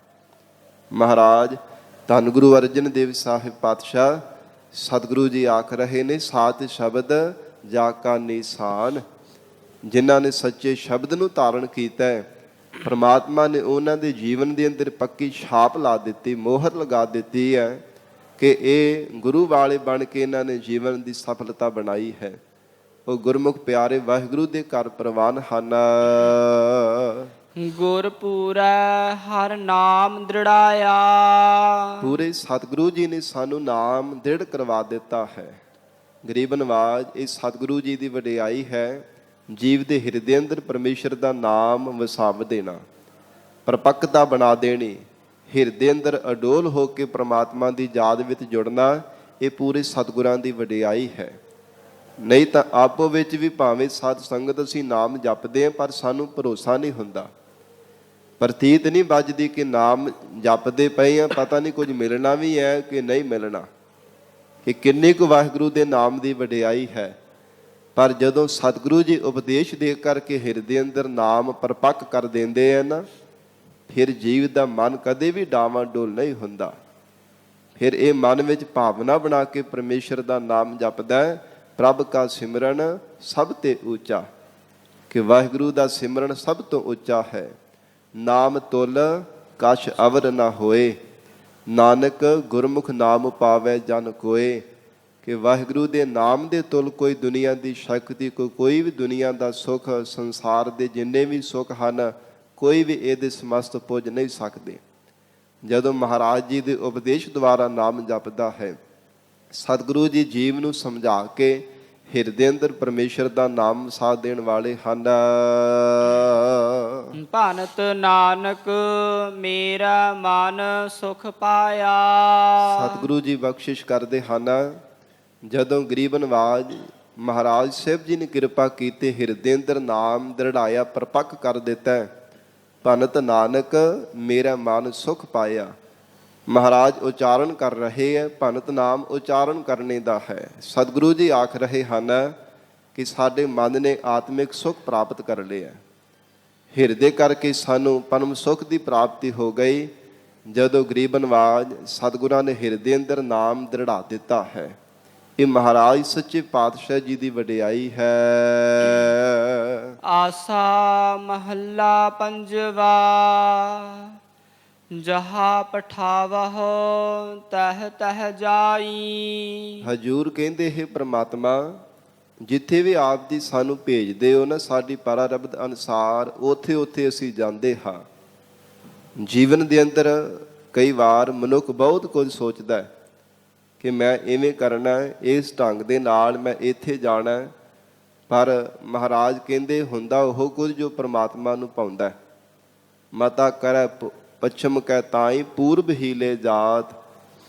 ਭਾਵੇਂ ਸਮਰਾਟ ਤਾਂ ਕੀਤੀ ਸੀ, ਮਾਤਾ ਤਾਂ ਇਹ ਪਕਾਇਆ ਸੀਗਾ ਕਿ ਮੈਂ ਪੂਰਬਲੀ ਦਿਸ਼ਾ ਵੱਲ ਜਾਣਾ, ਪਰ ਵਾਹਿਗੁਰੂ ਨੂੰ ਨਹੀਂ ਪਾਇਆ ਤੇ ਪੱਛਮ ਦੀ ਦਿਸ਼ਾ ਵੱਲ ਜੀਵ ਨੂੰ ਲੈ ਜਾਂਦਾ।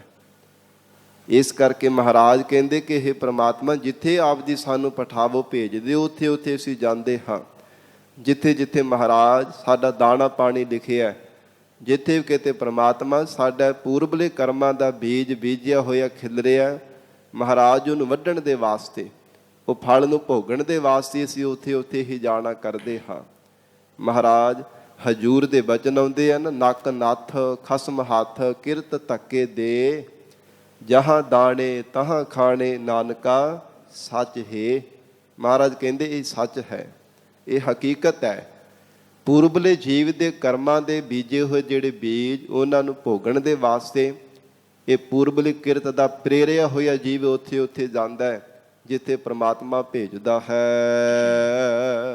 ਜੋ ਤੁਮ ਦੇਹੋ ਸੋਈ ਸੁਖ ਪਾਈ। हे ਪ੍ਰਮਾਤਮਾ, ਜੀਵਨ ਵਿੱਚ ਸਾਡੀ ਪਰਾਰਬਧ ਅਨੁਸਾਰ ਜੋ ਕੁਝ ਸਾਨੂੰ ਦੇ ਰਹੇ ਹੋ, ਉਹਦੇ ਵਿੱਚ ਮਹਾਰਾਜ ਅਸਾਂ ਨੇ ਸੁਖ ਪਾਇਆ ਹੈ। ਇਹ ਸਾਧ ਸੰਗਤ ਜੀ ਗੁਰਮੁਖਾਂ ਦਾ ਜੀਵਨ ਹੈ। ਪ੍ਰਮਾਤਮਾ ਬਹੁਤੇ ਮਾਇਕੀ ਸੁਖ ਦੇ ਦੇਵੇ, ਥੋੜੇ ਦੇ ਦੇਵੇ, ਭਾਵੇਂ ਬੜੀ ਗਰੀਬੀ ਵੀ ਪ੍ਰਮਾਤਮਾ ਜੀਵਨ ਵਿੱਚ ਬਖਸ਼ਿਸ਼ ਕਰ ਦਿੰਦਾ, ਪਰ ਗੁਰਮੁਖ ਜਨ ਫੇਰ ਵੀ ਉਹਦੇ ਵਿੱਚ ਸੁਖ ਮੰਨ ਕੇ ਪ੍ਰਮਾਤਮਾ ਨੂੰ ਇੱਕ ਚਿੱਤ ਹੋ ਕਰਕੇ ਯਾਦ ਕਰਦੇ ਹਨ।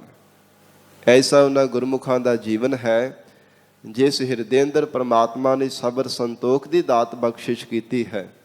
ਮਹਾਰਾਜ ਕਹਿੰਦੇ ਵਾਹਿਗੁਰੂ ਦੇ ਸਨਮੁਖ ਹੋ ਕੇ ਬੇਨਤੀਆਂ ਕਰਦੇ ਨੇ, ਪ੍ਰਮਾਤਮਾ ਜੋ ਤੁਮ ਦੇਹੁ ਸੋਈ ਸੁਖ ਪਾਈ। ਮਹਾਰਾਜ ਜੋ ਵੀ ਆਪ ਦੀ ਜੀਵਨ ਵਿੱਚ ਸਾਨੂੰ ਪਰਾਰਬਧ ਅਨੁਸਾਰ ਦਿੰਦੇ ਉਹਦੇ ਵਿੱਚ ਹੀ ਅਸਾਂ ਨੇ ਸੁਖ ਮੰਨਿਆ ਹੈ।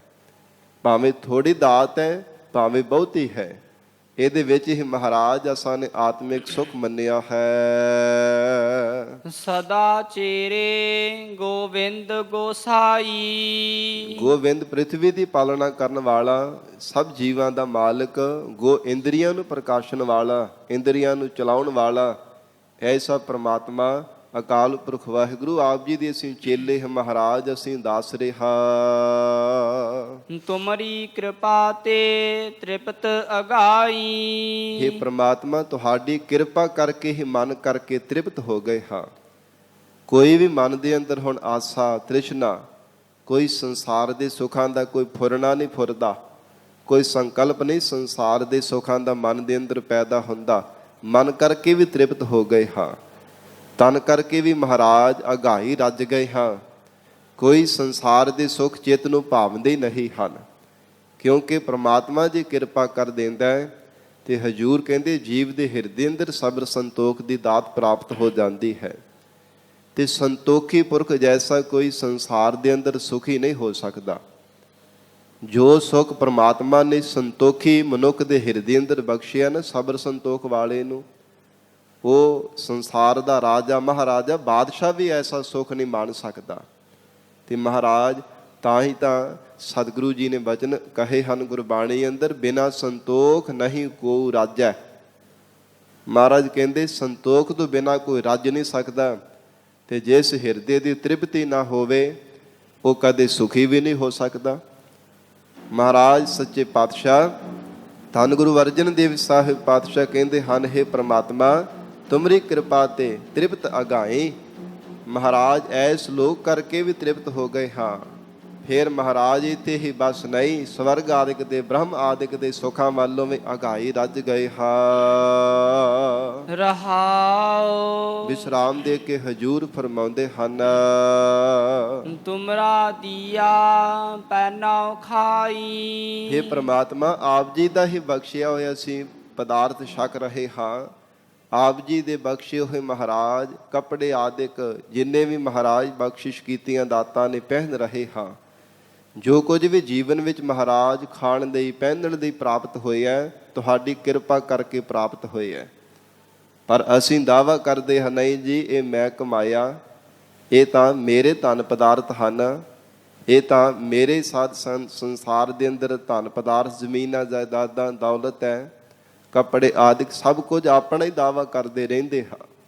ਪਰ ਜੋ ਗੁਰਮੁਖਾਂ ਦਾ ਨਿਸ਼ਚੈ ਸਤਿਗੁਰੂ ਜੀ ਕਹਿੰਦੇ ਤੁਮਰਾ ਦੀਆ ਪਹਿਨੋ ਖਾਈ।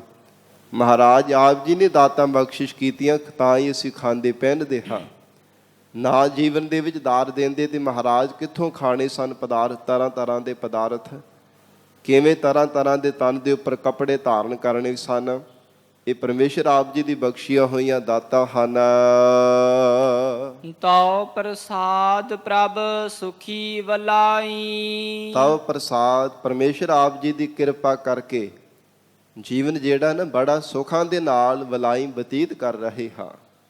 ਵਲਾਈ ਬੜੀ ਸੁੰਦਰਤਾ ਸਹਿਤ ਹੋ ਕਰਕੇ ਬੜੇ ਸੋਹਣੇ ਢੰਗ ਦੇ ਨਾਲ ਮਹਾਰਾਜ ਜੀਵਨ ਸੁੱਖਾਂ ਦੇ ਸਹਿਤ ਬਤੀਤ ਹੁੰਦਾ ਪਿਆ। ਪ੍ਰਮਾਤਮਾ ਆਪ ਜੀ ਦੀ ਕਿਰਪਾ ਕਰਕੇ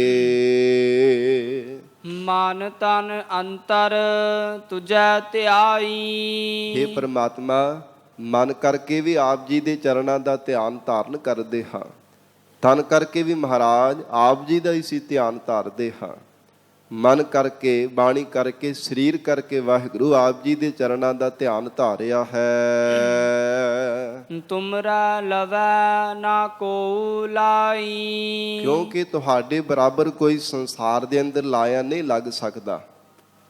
ਭਾਵੇਂ ਜਿੰਨਾ ਮਰਜ਼ੀ ਕੋਈ ਮਨੁੱਖ ਯਤਨ ਕਰੀ ਜਾਵੇ ਕਿ ਪ੍ਰਮਾਤਮਾ ਜੈਸਾ ਕੋਈ ਸੰਸਾਰ ਦੇ ਅੰਦਰ ਇਹ ਸ਼ਕਤੀ ਹੈ, ਕਿਹਦੀ ਬਰਾਬਰਤਾ ਕਰਕੇ ਦੱਸਿਆ ਜਾ ਸਕਦਾ? ਕੋਈ ਹੈ ਹੀ ਨਹੀਂ ਹੈ, ਨਾ ਕੋਈ ਹੋ ਸਕੇਗਾ। ਇਸ ਕਰਕੇ ਤੁਮਰਾ ਲਵੈ ਮਹਾਰਾਜ ਤੁਹਾਡੇ ਸਮਸਤ ਕਿਸ ਨੂੰ ਲਾਇਆ ਜਾ ਸਕਦਾ? ਨਾ ਕੋ ਲਾਈ। ਕਿਉਂਕਿ ਇਹ ਪ੍ਰਮਾਤਮਾ ਆਪ ਜੈਸਾ ਕੋਈ ਸੰਸਾਰ ਦਾ ਦੂਜਾ ਹੈ ਹੀ ਨਹੀਂ ਹੈ। हे ਪ੍ਰਮਾਤਮਾ ਆਪ ਜੀ ਦੀ ਉਪਮਾ ਤੁਹਾਨੂੰ ਬਣ ਆਉਂਦੀ ਹੈ। हे ਪਰਮੇਸ਼ਰ ਆਪ ਜੈਸਾ ਕੋਈ ਸੰਸਾਰ ਦੇ ਅੰਦਰ ਸ਼ਕਤੀਸ਼ਾਲੀ, ਫਿਰ ਸਭ ਤੋਂ ਪਰਮ ਵਡਿਆਈਆਂ ਵਾਲਾ, ਬੇਅੰਤ ਗੁਣਾ ਵਾਲਾ ਕੋਈ ਦੂਜਾ ਹੋਵੇ ਤਾਂ ਹੀ ਮਹਾਰਾਜ ਆਪ ਜੀ ਦੇ ਬਰਾਬਰ ਲਾਇਆ ਜਾ ਸਕਦਾ ਹੈ। ਕਿਸੇ ਵੀ ਸੰਸਾਰ ਦੀ ਦੈਵੀ ਸ਼ਕਤੀ ਕਿਸੇ ਪੁਰਖ ਨੂੰ ਤੁਹਾਡੇ ਬਰਾਬਰ ਮਹਾਰਾਜ ਨਹੀਂ ਲਾਇਆ ਜਾ ਸਕਦਾ, ਕਿਉਂਕਿ ਜੈਸਾ ਤੂੰ ਤੈਸਾ ਤੁਹੀ ਕਿਆ ਉਪਮਾ ਦੀਜੈ। ਹੋਰ ਕੋਈ ਤੁਹਾਡੇ ਜੈਸਾ ਹੋਵੇ ਤਾਂ ਹੀ ਉਹਦੀ ਉਪਮਾ ਆਪ ਜੀ ਦੇ ਨਾਲ ਕਰੀਏ ਕਿ ਪ੍ਰਮਾਤਮਾ ਐਸਾ ਹੈ, ਅਕਾਲ ਪੁਰਖ ਵਾਹਿਗੁਰੂ ਐਸਾ ਹੈ। ਇੱਕ ਪੱਖੀ ਦ੍ਰਿਸ਼ਟਾਂਤ ਦੇ ਕਰਕੇ ਸਮਝਾਉਣੇ ਮਾਤਰ ਜ਼ਰੂਰ ਕਿਹਾ ਜਾਂਦਾ ਕਿ ਪ੍ਰਮਾਤਮਾ ਆਕਾਸ਼ ਵਰਗਾ ਸਰਬ ਵਿਆਪਕ ਹੈ, ਪਰ ਆਕਾਸ਼ ਵੀ ਘਟਦਾ ਵੱਧਦਾ ਰਹਿੰਦਾ ਹੈ, ਕਿਹੜਾ ਸਦਾ ਰਹਿੰਦਾ ਹੈ। ਜਦੋਂ ਆਕਾਸ਼ ਨਹੀਂ ਸੀ ਪ੍ਰਮਾਤਮਾ ਉਦੋਂ ਵੀ ਸੀ। ਆਕਾਸ਼ ਤੇ ਪ੍ਰਮਾਤਮਾ ਦੀ ਸ਼ਕਤੀ ਕਰਕੇ ਇਹਦਾ ਆਕਾਰ ਬਣਿਆ ਹੈ। ਫਿਰ ਇਹ ਪ੍ਰਮਾਤਮਾ ਤੂੰ ਧਰਤੀ ਵਰਗਾ ਧੀਰਜ ਧਾਰੀ ਹੈ। ਇਹ ਧਰਤੀ ਵੀ ਕਿਹੜਾ ਸਾਧ ਸੰਗਤ ਜੀ ਸਦਾ ਰਹਿਣ ਵਾਲੀ ਹੈ। ਫਿਰ ਪ੍ਰਮਾਤਮਾ ਪਾਣੀ ਵਰਗਾ ਤੇਰਾ ਉਜਲ ਸਰੂਪ ਹੈ, ਤੇ ਪਾਣੀ ਤਾਂ ਕਦੇ ਸੀਰਾ ਤੇ ਕਦੇ ਤਾਤਾ, ਕਦੇ ਠੰਡਾ ਕਦੇ ਤੱਤਾ ਹੋ ਜਾਂਦਾ, ਪਰ ਪ੍ਰਮਾਤਮਾ ਇੱਕੋ ਜਿਹਾ ਰਹਿੰਦਾ ਹੈ। ਇਹ ਪ੍ਰਮਾਤਮਾ ਹਵਾ ਵਰਗਾ ਆਪ ਜੀ ਦਾ ਸਰੂਪ ਹੈ। ਹਵਾ ਵੀ ਘਟਦੀ ਵੱਧਦੀ ਰਹਿੰਦੀ ਹੈ। ਇਸ ਕਰਕੇ ਮਹਾਰਾਜ ਕਹਿੰਦੇ ਇੱਕ ਪੱਖੀ ਦ੍ਰਿਸ਼ਟਾਂਤ ਦੇ ਕਰਕੇ ਵਾਹਿਗੁਰੂ ਦੇ ਗੁਣ ਜ਼ਰੂਰ ਗਾਏ ਜਾ ਸਕਦੇ ਹੈ, ਸਮਝਾਇਆ ਜ਼ਰੂਰ ਜਾ ਸਕਦਾ ਹੈ, ਪਰ ਪ੍ਰਮਾਤਮਾ ਜੈਸਾ ਸਮਗਰ ਰੂਪ ਦੇ ਵਿੱਚ ਕਹਿ ਦੇਣਾ ਇਹ ਨਾਮੁਮਕਿਨ ਹੈ। ਮਹਾਰਾਜ ਧੰਨ ਗੁਰੂ ਅਰਜਨ ਦੇਵ ਸਾਹਿਬ ਪਾਤਸ਼ਾਹ ਕਹਿੰਦੇ ਤੁਮਰੈ ਲਵੈ ਨ ਕੋ ਲਾਈ। हे ਪ੍ਰਮਾਤਮਾ ਆਪ ਜੈਸਾ ਕੌਣ ਹੈ ਜੋ ਤੁਹਾਡੇ ਸਮਸਤ ਲਾਇਆ ਜਾ ਸਕਦਾ, ਕੋਈ ਵੀ ਸੰਸਾਰ ਅੰਦਰ ਨਹੀਂ ਹੈ, ਨਾ ਹੋਵੇਗਾ। ਕਹੋ ਨਾਨਕ ਨਿਤ ਇਵੈ ਧਿਆਈ। ਸਤਿਗੁਰੂ ਜੀ ਆਖ ਰਹੇ ਹਨ ਨਿਤਾ ਪ੍ਰਤੀ ਹੈ ਜੀਵ ਇਉਂ ਪ੍ਰਮਾਤਮਾ ਨੂੰ ਧਿਆਇਆ ਕਰ। ਗਤ ਹੋਵੈ ਸੰਤਹਿ ਲਗ ਪਾਈ। ਜਿਸ ਕਰਕੇ ਤੇਰੀ ਗਤ ਮੁਕਤੀ ਹੋ ਜਾਵੇ, ਸੰਤਾਂ ਦੇ ਸੰਗਤ ਦੇ ਵਿੱਚ ਜੁੜਨੇ ਕਰਕੇ, ਪਾਈ ਚਰਣੀ ਲੱਗਣੇ ਕਰਕੇ, ਸਤਿਪੁਰਸ਼ਾਂ ਦੀ ਸੰਗਤ ਵਿੱਚ ਚਰਨਾਂ ਦੇ ਨਾਲ ਜੁੜਨੇ ਕਰਕੇ, ਨਿਮਰਤਾਵਾਨ ਹੋ ਕਰਕੇ ਸੰਤਾਂ ਦੇ ਚਰਨਾਂ ਦੀ ਧੂੜੀ ਬਣਨੇ ਕਰਕੇ ਤੇਰੀ ਮੁਕਤੀ ਹੋ ਜਾਵੇਗੀ। ਇਉਂ ਪ੍ਰਮਾਤਮਾ ਨੂੰ ਧਿਆਇਆ ਕਰ, ਸਤ ਸੰਗਤ ਵਿੱਚ ਜੁੜ ਕੇ ਪਰਮੇਸ਼ਰ ਦਾ ਸਿਮਰਨ ਕਰਿਆ ਕਰ। हे ਜੀਵ ਤੇਰੀ ਮੁਕਤੀ ਹੋ ਜਾਵੇਗੀ, ਕਿਉਂਕਿ ਮਹਾਰਾਜ ਨੇ ਸਤ ਸੰਗਤ ਨੂੰ ਮਾਣ ਬਖਸ਼ਿਸ਼ ਕੀਤਾ ਹੈ। ਭਾਵੇਂ ਜਿੰਨਾ ਮਰਜ਼ੀ ਵੱਡਾ ਕੋਈ ਹਥਿਆਰਾ, ਕੋਈ ਪਾਪੀ ਹੋਵੇ, ਗੁਨਹਗਾਰ ਹੋਵੇ, ਜੇ ਮਹਾਰਾਜ ਸੱਚੇ ਪਾਤਸ਼ਾਹ ਦੀ ਸਤ ਸੰਗਤ ਵਿੱਚ ਆ ਕੇ ਜੁੜਦਾ ਉਹਦਾ ਵੀ ਉਧਾਰ ਹੋ ਜਾਂਦਾ ਹੈ। ਕਿੰਨੇ ਕਿੰਨੇ ਪਾਪੀਆਂ ਦਾ ਜੀਵਨ ਮਹਾਰਾਜ ਸਾਹਿਬ ਜੀ ਨੇ ਗੁਰਬਾਣੀ ਵਿੱਚ ਵੀ ਉਹਨਾਂ ਦਾ ਜ਼ਿਕਰ ਕਰ ਦਿੱਤਾ, ਤੇ ਜੇ ਸਾਧ ਸੰਗਤ ਦੀ ਪ੍ਰਾਪਤੀ ਹੋ ਗਈ ਉਹਨਾਂ ਦਾ ਵੀ ਪ੍ਰਮਾਤਮਾ ਨੇ ਉਧਾਰ ਕਰ ਦਿੱਤਾ ਹੈ। ਸੋ ਇਸ ਲਈ ਪਾਤਸ਼ਾਹ ਜੀ ਕਹਿੰਦੇ ਹਨ हे ਪ੍ਰਾਣਾ ਧਾਰੀ ਜੀਵ, ਸਤਿਪੁਰਸ਼ਾਂ ਦੀ ਸੰਗਤ ਵਿੱਚ ਜੁੜਨ ਕਰਕੇ, ਪਰਮੇਸ਼ਰ ਦੇ ਪਿਆਰਿਆਂ ਦੇ ਚਰਨੀ ਲੱਗਣੇ ਕਰਕੇ ਤੇਰਾ ਉਧਾਰ ਹੋ ਜਾਵੇਗਾ। ਆਸਾ ਮਹੱਲਾ ਪੰਜਵਾ। ਉਠਤ ਬੈਠਤ ਸੋਵਤ ਧਿਆਈਐ। ਧੰਨ ਗੁਰੂ ਅਰਜਨ ਦੇਵ ਸਾਹਿਬ ਮਹਾਰਾਜ ਉਪਦੇਸ਼ ਦਿੰਦੇ ਹਨ हे ਪ੍ਰਾਣਾ ਧਾਰੀ ਜੀਵ, ਉੱਠਦਿਆਂ ਬਹਿੰਦਿਆਂ ਹਰ ਸਮੇਂ ਅਕਾਲ ਪੁਰਖ ਪਰਮੇਸ਼ਰ ਨੂੰ ਧਿਆਉਣਾ ਚਾਹੀਦਾ। ਉਠਤ ਬੈਠਤ ਸੋਵਤ ਧਿਆਈਐ। ਸੌਂਦਿਆਂ ਹੋਇਆਂ ਵਿਸ਼ਰਾਮ ਕਰਦਿਆਂ ਵੀ ਰੱਬ ਨੂੰ ਚੇਤੇ ਕਰਨਾ ਚਾਹੀਦਾ। ਪਰ ਅਸੀਂ ਸਾਧ ਸੰਗਤ ਜੀ ਤੇ ਸ਼ੰਕਾ ਕਰਦੇ ਹਾਂ ਜੀ, ਬਹੁਤਾ ਨਾਮ ਨਹੀਂ ਜਪਣਾ ਚਾਹੀਦਾ, ਬਹੁਤੀ ਗੁਰਬਾਣੀ ਨਹੀਂ ਪੜ੍ਹਨੀ ਚਾਹੀਦੀ। ਇਹ ਤਾਂ ਕੇਵਲ ਸਮਝਣ ਦੇ ਵਾਸਤੇ, ਬਹੁਤੀ ਗੁਰਬਾਣੀ ਪੜ੍ਹਨ ਦਾ ਕੋਈ ਫਾਇਦਾ ਨਹੀਂ ਹੈ। ਇਹ ਜਿਹੜੇ ਸ਼ੰਕਾਵਾਦੀ ਜੀਵ ਹੈ ਨਾ, ਉਹਨਾਂ ਦੇ ਸਾਧ ਸੰਗਤ ਜੀ ਇੱਦਾਂ ਦੇ ਵਿਚਾਰ ਹੈ। ਜਿਹੜੇ ਆਪ ਗੁਰੂ ਚਰਨਾਂ ਨਾਲੋਂ ਟੁੱਟੇ ਹੋਏ ਸ਼ਰਧਾ ਤੋਂ ਹੀਣੇ ਹੈ, ਉਹ ਐਸਾ ਪ੍ਰਚਾਰ ਕਰ ਕਰਕੇ ਜਿਹੜੇ ਜੁੜੇ ਹੋ ਉਹਨਾਂ ਨੂੰ ਤੋੜਨ ਦਾ ਯਤਨ ਕਰਦੇ ਰਹਿੰਦੇ ਹੈ। ਪਰ ਸਤਿਗੁਰੂ ਜੀ ਨਾਲੋਂ ਵੱਡਾ ਕੋਈ ਸਿਆਣਪ ਵਾਲਾ ਤਾਂ ਨਹੀਂ ਹੈ ਨਾ। ਮਹਾਰਾਜ ਸੱਚੇ ਪਾਤਸ਼ਾਹ ਸਤਿਗੁਰੂ ਜੀ ਆਖ ਰਹੇ ਹੈ ਉਠਤ ਬੈਠਤ ਸੋਵਤ ਧਿਆਈਐ। हे ਜੀਵ, ਉੱਠਦਿਆਂ ਵੀ ਬਹਿੰਦਿਆਂ ਵੀ ਸੋਵਤ ਸੌਂਦਿਆਂ ਵਿਸ਼ਰਾਮ ਕਰਦਿਆਂ ਵੀ ਪਰਮਾਤਮਾ ਨੂੰ ਧਿਆਉਣਾ ਚਾਹੀਦਾ। ਉੱਠਦਿਆਂ ਜੇਕਰ ਸਾਧ ਸੰਗਤ ਜੀ ਅੰਮ੍ਰਿਤ ਵੇਲੇ ਵੀ ਉੱਠਦਾ ਹੈ ਜਾਂ ਫਿਰ ਸੌਂਦਾ ਵਿਸ਼ਰਾਮ ਕਰਨ ਲੱਗਿਆ ਵੀ ਪਰਮੇਸ਼ਰ ਦਾ ਨਾਮ ਜਪਣਾ, ਇਹ ਮਹਾਰਾਜ ਸਾਹਿਬ ਜੀ ਨੇ ਗੁਰੂ ਘਰ ਦੀ ਮਰਜ਼ਾਦਾ ਬੱਧੀ ਹੋਈ ਹੈ।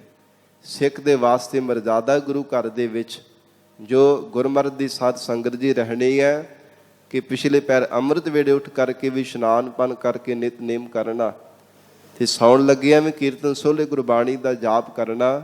ਇਹ ਸਤਿਗੁਰੂ ਜੀ ਨੇ ਸਿੱਖ ਦੀ ਮਰਜ਼ਾਦਾ ਕਾਇਮ ਕੀਤੀ ਹੋਈ ਹੈ। ਔਰ ਹਜੂਰ ਵੀ ਉਪਦੇਸ਼ ਦਿੰਦੇ ਆ, ਊਠਤ ਬੈਠਤ ਸੋਵਤ ਧਿਆਈਐ। ਹੇ ਜੀਵ, ਉੱਠਦੇ ਆ, ਬਹਿੰਦੇ ਆ, ਸੌਂਦੇ ਆ, ਸਭ ਥਾਵਾਂ ਤੇ ਬਹਿੰਦੇ ਆ, ਸਤ ਸੰਗਤ ਦੇ ਵਿੱਚ ਬੈਠ ਕੇ ਵੀ ਪ੍ਰਮਾਤਮਾ ਨੂੰ ਧਿਆਉਣਾ ਕਰ।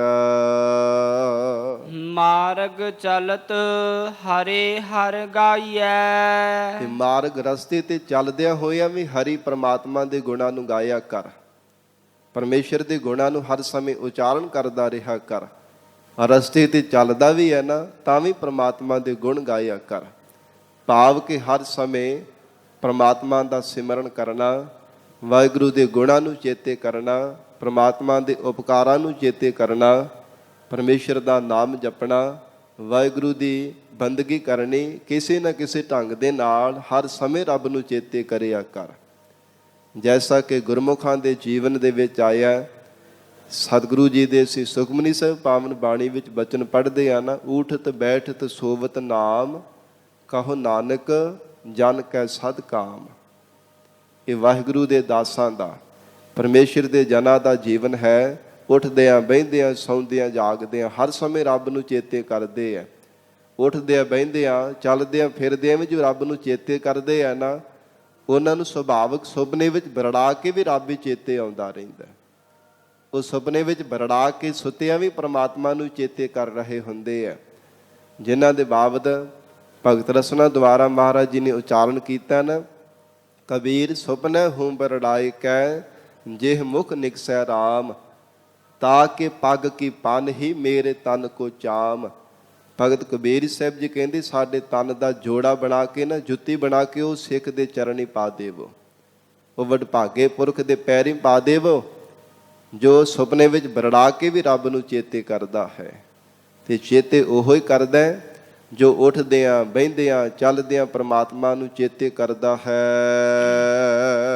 ਸ਼੍ਰਵਨ ਸੁਨੀਜੈ ਅੰਮ੍ਰਿਤ ਕਥਾ। ਮਹਾਰਾਜ ਉਪਦੇਸ਼ ਦੇ ਰਹੇ ਹਨ, ਹੇ ਗੁਰਸਿੱਖੋ, ਇਹਨਾਂ ਕੰਨਾਂ ਦੇ ਨਾਲ ਪ੍ਰਮਾਤਮਾ ਦੀ ਅੰਮ੍ਰਿਤਮਈ ਕਥਾ ਨੂੰ ਸੁਣਨਾ ਕਰੋ। ਜੋ ਵਾਹਿਗੁਰੂ ਦੀ ਸਾਖਿਆਤਤਾ ਕਰਾਉਣ ਵਾਲੀ, ਐਸੀ ਅੰਮ੍ਰਿਤਮਈ ਅਮਰ ਕਰ ਦੇਣ ਵਾਲੀ ਅਕਾਲ ਪੁਰਖ ਵਾਹਿਗੁਰੂ ਜੀ ਦੀ ਸ੍ਰੇਸ਼ਟ ਤੇ ਸਭ ਤੋਂ ਉੱਤਮ ਕਥਾ ਹੈ। ਇਹਨੂੰ ਕੰਨਾਂ ਦੇ ਨਾਲ ਸੁਣਨਾ ਕਰੋ। ਸ਼ਰਧਾ ਵਿਸ਼ਵਾਸ ਰੂਪ ਕੰਨਾਂ ਦੁਆਰਾ ਸਰਵਣ ਕਰਿਆ ਕਰੋ। ਜਿਨ੍ਹਾਂ ਨੇ ਸਰਵਣ ਕੀਤੀ ਹੈ ਨਾ ਮਹਾਰਾਜ ਜੀ ਦੀ ਅੰਮ੍ਰਿਤਮਈ ਕਥਾ, ਹਜੂਰ ਨੇ ਉਚਾਰਨ ਕੀਤਾ, ਸੁਣ ਹਰ ਕਥਾ ਉਤਾਰੀ ਮੈਲ, ਮਹਾ ਪੁਨੀਤ ਭਏ ਸੁਖ ਸੈਲ। ਉਹਨਾਂ ਨੇ ਸਾਧ ਸੰਗਤ ਜੀ ਮਹਾਨ ਉੱਚੇ ਤੇ ਪਾਵਨ ਜੀਵਨ ਵਾਲੇ ਬਣ ਜਾਣਾ ਕੀਤਾ, ਜਿਨ੍ਹਾਂ ਨੇ ਮਹਾਰਾਜ ਜੀ ਦੀ ਅੰਮ੍ਰਿਤਮਈ ਗੁਰਬਾਣੀ ਦੀ ਕਥਾ ਸੁਣੀ ਹੈ। ਉਹ ਪਾਪ ਕਰਮਾਂ ਤੋਂ ਰਹਿਤ ਹੋ ਗਏ ਹਨ। ਜੋ ਇਹ ਕਥਾ ਸੁਣੈ ਅਰ ਗਾਵੈ, ਦੁਖ ਪਾਪ ਤਿਹ ਨਿਕਟ ਨ ਆਵੈ। ਜੀਵ ਦੇ ਨੇੜੇ ਦੁੱਖ ਨਹੀਂ ਆਉਂਦੇ, ਪਾਪ ਕਰਮ ਨਹੀਂ ਨੇੜੇ ਆ ਕਰਕੇ ਢੁਕਦੇ, ਜੇ ਮਹਾਰਾਜ ਦੀ ਅੰਮ੍ਰਿਤਮਈ ਕਥਾ ਸਰਵਣ ਕਰਦਾ ਹੈ। ਸ਼ਰਧਾ ਵਿਸ਼ਵਾਸ ਸਹਿਤ ਹੋ ਕਰਕੇ ਸਤਿਗੁਰੂ ਜੀ ਦੀ ਅੰਮ੍ਰਿਤਮਈ ਕਥਾ ਨੂੰ ਸੁਣਦਾ ਹੈ, ਜੀਵ ਦੇ ਪਾਪ ਦੁੱਖ ਸਭ ਦੂਰ ਹੋ ਜਾਂਦੇ ਹਨ।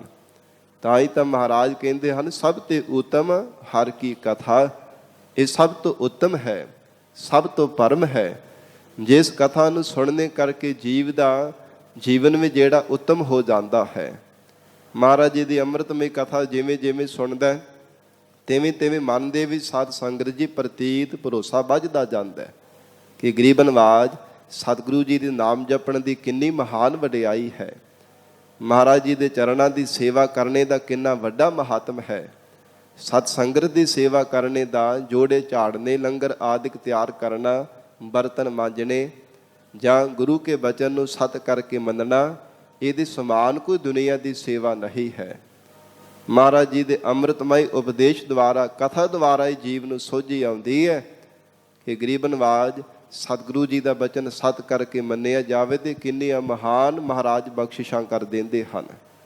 ਇਸ ਲਈ ਹਜੂਰ ਬਖਸ਼ਿਸ਼ ਕਰਦੇ ਹੈ, ਸ਼ਰਵਨ ਸੁਨੀਜੈ ਅੰਮ੍ਰਿਤ ਕਥਾ।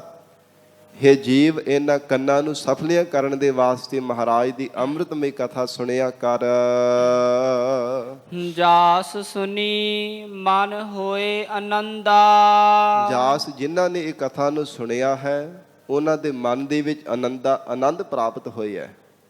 ਇੱਕ ਰਸ ਵਾਹਿਗੁਰੂ ਦੀ ਪ੍ਰਾਪਤੀ ਦਾ, ਪਰਮੇਸ਼ਰ ਦਾ ਘਣਾ ਆਨੰਦ ਮਿਲਿਆ ਹੈ। ਦੁਖ ਰੋਗ ਮਨ ਸਗਲੇ ਲੱਥਾ।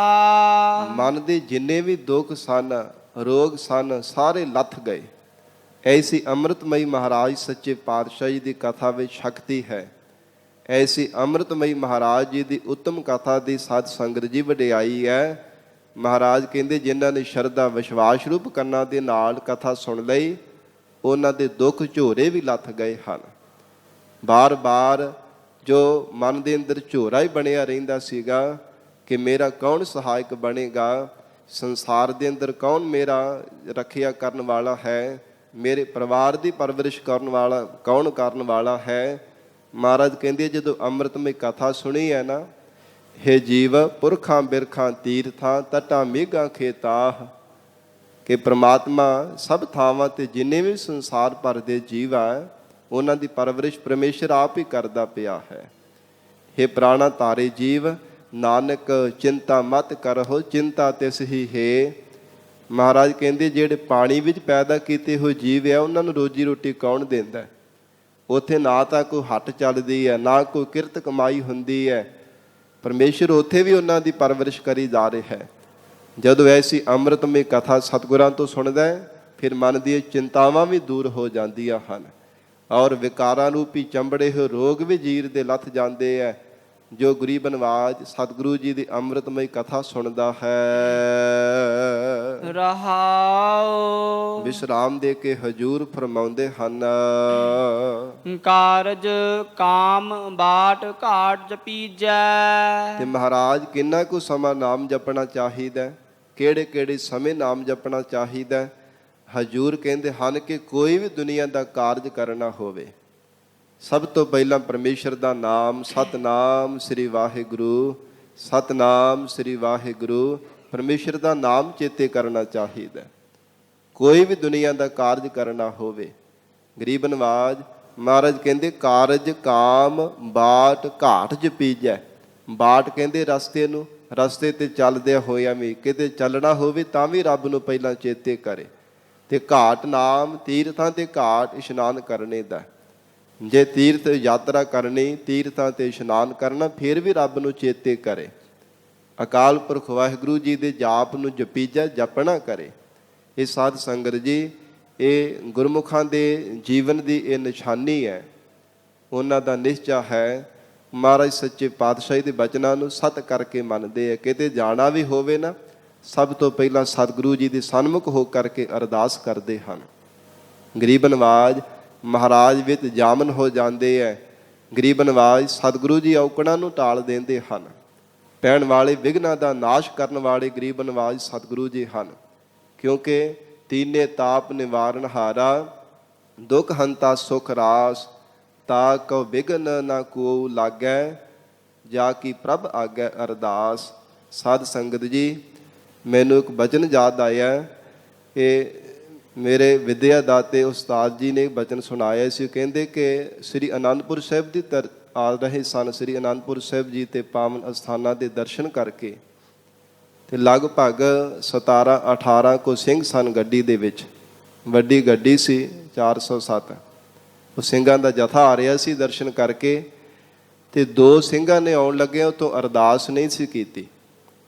ਸਾਰੇ ਸਿੰਘਾਂ ਨੇ ਆਉਣ ਲੱਗਿਆ ਨਾ ਵਾਪਸ ਜਿੱਥੇ ਜਥੇ ਦਾ ਪੜਾਅ ਸੀਗਾ, ਸਾਰੇ ਸਿੰਘਾਂ ਨੇ ਅਰਦਾਸ ਕੀਤੀ ਸੀ, ਮਹਾਰਾਜ ਜੀ ਤੋਂ ਆਗਿਆ ਲਈ। ਗਰੀਬ ਨਵਾਜ ਸਤਿਗੁਰੂ ਜੀ, ਇਹ ਤੋਂ ਵਾਪਸ ਹੁਣ ਚਾਲੇ ਪਾਉਣੇ, ਆਪ ਕਿਰਪਾ ਕਰਕੇ ਅੰਗ ਸੰਗ ਸਹਾਈ ਹੋਣਾ।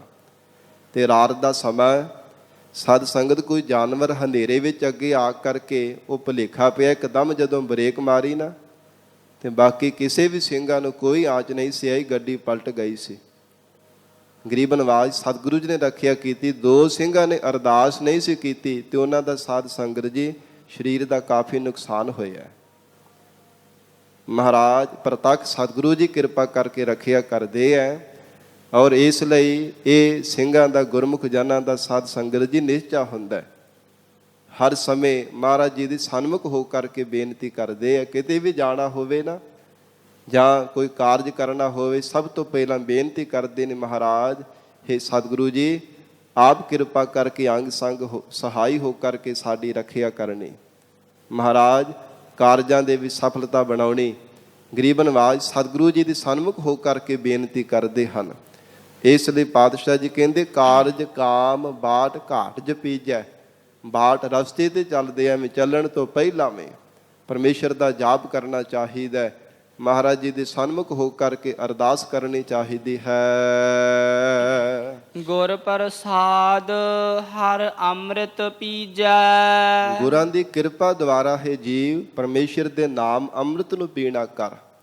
ਅੰਤਰਮੁਖੀ ਬਿਰਤੀ ਕਰਕੇ ਵਾਹਿਗੁਰੂ ਦੇ ਨਾਮ ਅੰਮ੍ਰਿਤ ਨੂੰ ਪੀ ਲੈਣਾ ਕਰ। ਦਿਨਸ ਰੈਣ ਹਰ ਕੀਰਤਨ ਗਾਈਐ। ਫਿਰ ਦਿਨੇ ਵੀ ਰਾਤ ਵੀ ਪ੍ਰਮਾਤਮਾ ਦਾ ਜਸ ਗਾਉਣਾ ਚਾਹੀਦਾ। ਹਰ ਸਮੇਂ ਪ੍ਰਮਾਤਮਾ ਦੇ ਗੁਣਾਂ ਨੂੰ ਚੇਤੇ ਕਰਨਾ ਚਾਹੀਦਾ। ਪ੍ਰਮਾਤਮਾ ਦਾ ਜਸ ਗਾਇਆ ਕਰ। ਸੋ ਜਨ ਜਮ ਕੀ ਵਾਟ ਨਾ ਪਾਈਐ। ਕਿਉਂਕਿ ਜੋ ਰਾਤ ਦਿਨੇ ਪ੍ਰਮਾਤਮਾ ਦਾ ਜਸ ਕਰਦਾ ਹੈ ਨਾ, ਉਹ ਵਾਹਿਗੁਰੂ ਦਾ ਪਿਆਰਾ ਜਨ ਜਮ ਕੀ ਵਾਟ ਨਾ ਪਾਈਐ। ਉਹਨੂੰ ਜਮਾਂ ਦੀ ਵਾਟ ਨਹੀਂ ਧਾਰਨ ਕਰਨੀ ਪੈਂਦੀ, ਜਮਾਂ ਦੇ ਰਸਤੇ ਨਹੀਂ ਚੱਲਣਾ ਪੈਂਦਾ। ਜੋ ਪਰਮੇਸ਼ਰ ਦਾ ਰਾਤ ਵੀ ਦਿਨੇ ਵੀ ਹਰ ਸਮੇਂ ਪ੍ਰਮਾਤਮਾ ਦਾ ਚਿੰਤਨ ਕਰਦਾ, ਹਰ ਸਮੇਂ ਵਾਹਿਗੁਰੂ ਜੀ ਦੀ ਯਾਦ ਵਿੱਚ ਜੁੜਦਾ ਹੈ। ਆਠ ਪਹਿਰ ਜਿਸ ਵਿਸਰਹਿ ਨਾਹੀ। ਧੰਨ ਗੁਰੂ ਅਰਜਨ ਦੇਵ ਸਾਹਿਬ ਮਹਾਰਾਜ ਕਹਿੰਦੇ ਜਿਸ ਵਡਭਾਗੇ ਪੁਰਖ ਨੂੰ ਅੱਠੇ ਪਹਿਰ ਪਰਮੇਸ਼ਰ ਦਾ ਨਾਮ ਵਿਸਰਦਾ ਨਹੀਂ ਹੈ। ਹਰ ਸਮੇਂ ਹਿਰਦੇ ਅੰਦਰ ਪ੍ਰਮਾਤਮਾ ਦੀ ਯਾਦ ਚੱਲਦੀ ਹੈ। ਹਿਰਦੇ ਕਰਕੇ ਹਰ ਸਮੇਂ ਪ੍ਰਮਾਤਮਾ ਦੇ ਗੁਣ ਗਾਉਂਦੇ ਹਨ। ਗਤ ਹੋਵੇ ਨਾਨਕ ਤਿਸ ਲਗ ਪਾਈ। ਹਜੂਰ ਕਹਿੰਦੇ ਹਨ ਐਸੇ ਬੰਦਗੀ ਕਰਨ ਵਾਲੇ ਗੁਰਮੁਖ ਦੇ ਚਰਨੀ ਲੱਗ ਜਾਈਏ ਨਾ ਇਹ ਸਾਧ ਸੰਗਤ ਜੀ, ਉਹਦੀ ਮੁਕਤੀ ਹੋ ਜਾਂਦੀ ਹੈ। ਨਾਮ ਜਪਣ ਵਾਲਿਆਂ ਦੀ ਚਰਨੀ ਜੇ ਕਿਤੇ ਲੱਗ ਜਾਂਦਾ ਹੈ, ਤਿਨਾਂ ਦੀ ਸਤ ਸੰਗਤ ਵਿੱਚ ਜਾ ਕੇ ਮਿਲ ਜਾਂਦਾ ਹੈ। ਗਤ ਹੋਵੇ ਨਾਨਕ ਤਿਸ ਲਗ ਪਾਈ। ਉਹਨਾਂ ਦੀ ਸਤ ਸੰਗਤ ਵਿੱਚ ਜੁੜਨੇ ਕਰਕੇ ਜੀਵ ਮੁਕਤ ਹੋ ਜਾਂਦਾ ਹੈ। ਜੋ ਗੁਰਮੁਖ ਜਨ ਬੰਦਗੀ ਕਰਨ ਵਾਲੇ ਸਤਿਪੁਰਸ਼ ਹਰ ਸਮੇਂ ਪ੍ਰਮਾਤਮਾ ਦੇ ਚਰਨਾਂ ਦਾ ਧਿਆਨ ਧਾਰਨ ਕਰਕੇ ਰੱਖਦੇ ਹੈ। ਹਿਰਦੇ ਹੋ ਕੇ ਹਰ ਸਮੇਂ ਪ੍ਰਮਾਤਮਾ ਦੀ ਯਾਦ ਵਿੱਚ ਜੁੜੇ ਰਹਿੰਦੇ ਹਨ। ਤਿਨਾਂ ਦੀ ਸਤ ਸੰਗਤ ਕਰਨੇ ਮਾਤਰ ਹੀ ਜੀਵ ਦਾ ਭਲਾ ਹੋ ਜਾਂਦਾ ਹੈ। ਤਿਨਾਂ ਦੀ ਸਤ ਸੰਗਤ ਵਿੱਚ ਜੁੜਨੇ ਕਰਕੇ ਜੀਵ ਮੁਕਤ ਹੋ ਜਾਂਦਾ ਹੈ। ਭਾਵੇਂ ਜ਼ਿੰਦਗੀ ਵਿੱਚ ਬਹੁਤੀ ਘਾਲਣਾ ਵੀ ਨਾ ਘਾਲੀ ਹੋਵੇ ਪ੍ਰਮਾਤਮਾ ਦੀ ਬੰਦਗੀ ਵਾਲੇ ਪਾਸੇ, ਤੇ ਜੇ ਬੰਦਗੀ ਵਾਲਿਆਂ ਦੀ ਸੰਗਤ ਕਰ ਲੈਂਦਾ ਮਹਾਰਾਜ ਕਹਿੰਦੇ ਫਿਰ ਵੀ ਉਹਦਾ ਭਲਾ ਹੋ ਜਾਂਦਾ ਹੈ। ਕਿਉਂਕਿ ਸਾਧ ਕੈ ਸੰਗ ਨਹੀਂ ਕਛ ਘਾਲ। ਮਹਾਰਾਜ ਕਹਿੰਦੇ ਬਹੁਤੀ ਘਾਲਣਾ ਨਹੀਂ ਘਾਲਣੀ ਪੈਂਦੀ ਜੇ ਸਾਧੂ ਜਨਾਂ ਦੀ ਸੰਗਤ ਕਰਦਾ। ਜੀਵਨ ਵਿੱਚ ਥੋੜੀ ਘਾਲਣ ਦੇ ਬਾਵਜੂਦ ਵੀ ਪ੍ਰਮਾਤਮਾ ਬਹੁਤਾ ਫਲ ਬਖਸ਼ਿਸ਼ ਕਰ ਦਿੰਦਾ ਹੈ। ਐਸੀ ਮਹਾਨ ਸਤ ਸੰਗਤ ਦੀ ਵਡਿਆਈ ਹੈ। ਸਤਿਗੁਰੂ ਜੀ ਮਿਹਰ ਕਰਨ, ਪਾਵਨ ਉਪਦੇਸ਼ ਸਾਡੇ ਹਿਰਦਿਆਂ ਵਿੱਚ ਵਸ ਜਾਵੇ। ਗੁਰੂ ਬਚਨਾਂ ਦੀ ਕਮਾਈ ਕਰਕੇ ਜੀਵਨ ਸਫਲਾ ਬਣਾ ਸਕੀਏ। ਗੁਰਬਾਣੀ ਦੀ ਵਿਚਾਰ ਕਰਦਿਆਂ ਤੋਂ ਹੋਈਆਂ ਬੇਅੰਤ ਭੁੱਲਾਂ ਦੀ ਖਿਮਾ। ਧੰਨ ਸ੍ਰੀ ਗੁਰੂ ਗ੍ਰੰਥ ਸਾਹਿਬ ਮਹਾਰਾਜ ਆਪ ਸੰਗਤ ਬਖਸ਼ਣਹਾਰ ਹੋ। ਅਗਾਹ ਵਾਸਤੇ ਸਮਤ ਬਖਸ਼ਿਸ਼ ਕਰਨੀ ਜੀ। ਦੇਹੋ ਸੱਜਣ ਅਸੀਸੜੀਆ ਜਿਉ ਹੋਵੈ ਸਾਹਿਬ ਸਿਓ ਮੇਲ। ਆਠ ਪਹਿਰ ਜਿਸ ਵਿਸਰਹਿ ਨਾਹੀ। ਗਤ ਹੋਵੇ ਨਾਨਕ ਤਿਸ ਲਗ ਪਾਈ। ਵਾਹਿਗੁਰੂ ਜੀ ਕਾ ਖਾਲਸਾ, ਵਾਹਿਗੁਰੂ ਜੀ ਕੀ ਫਤਿਹ।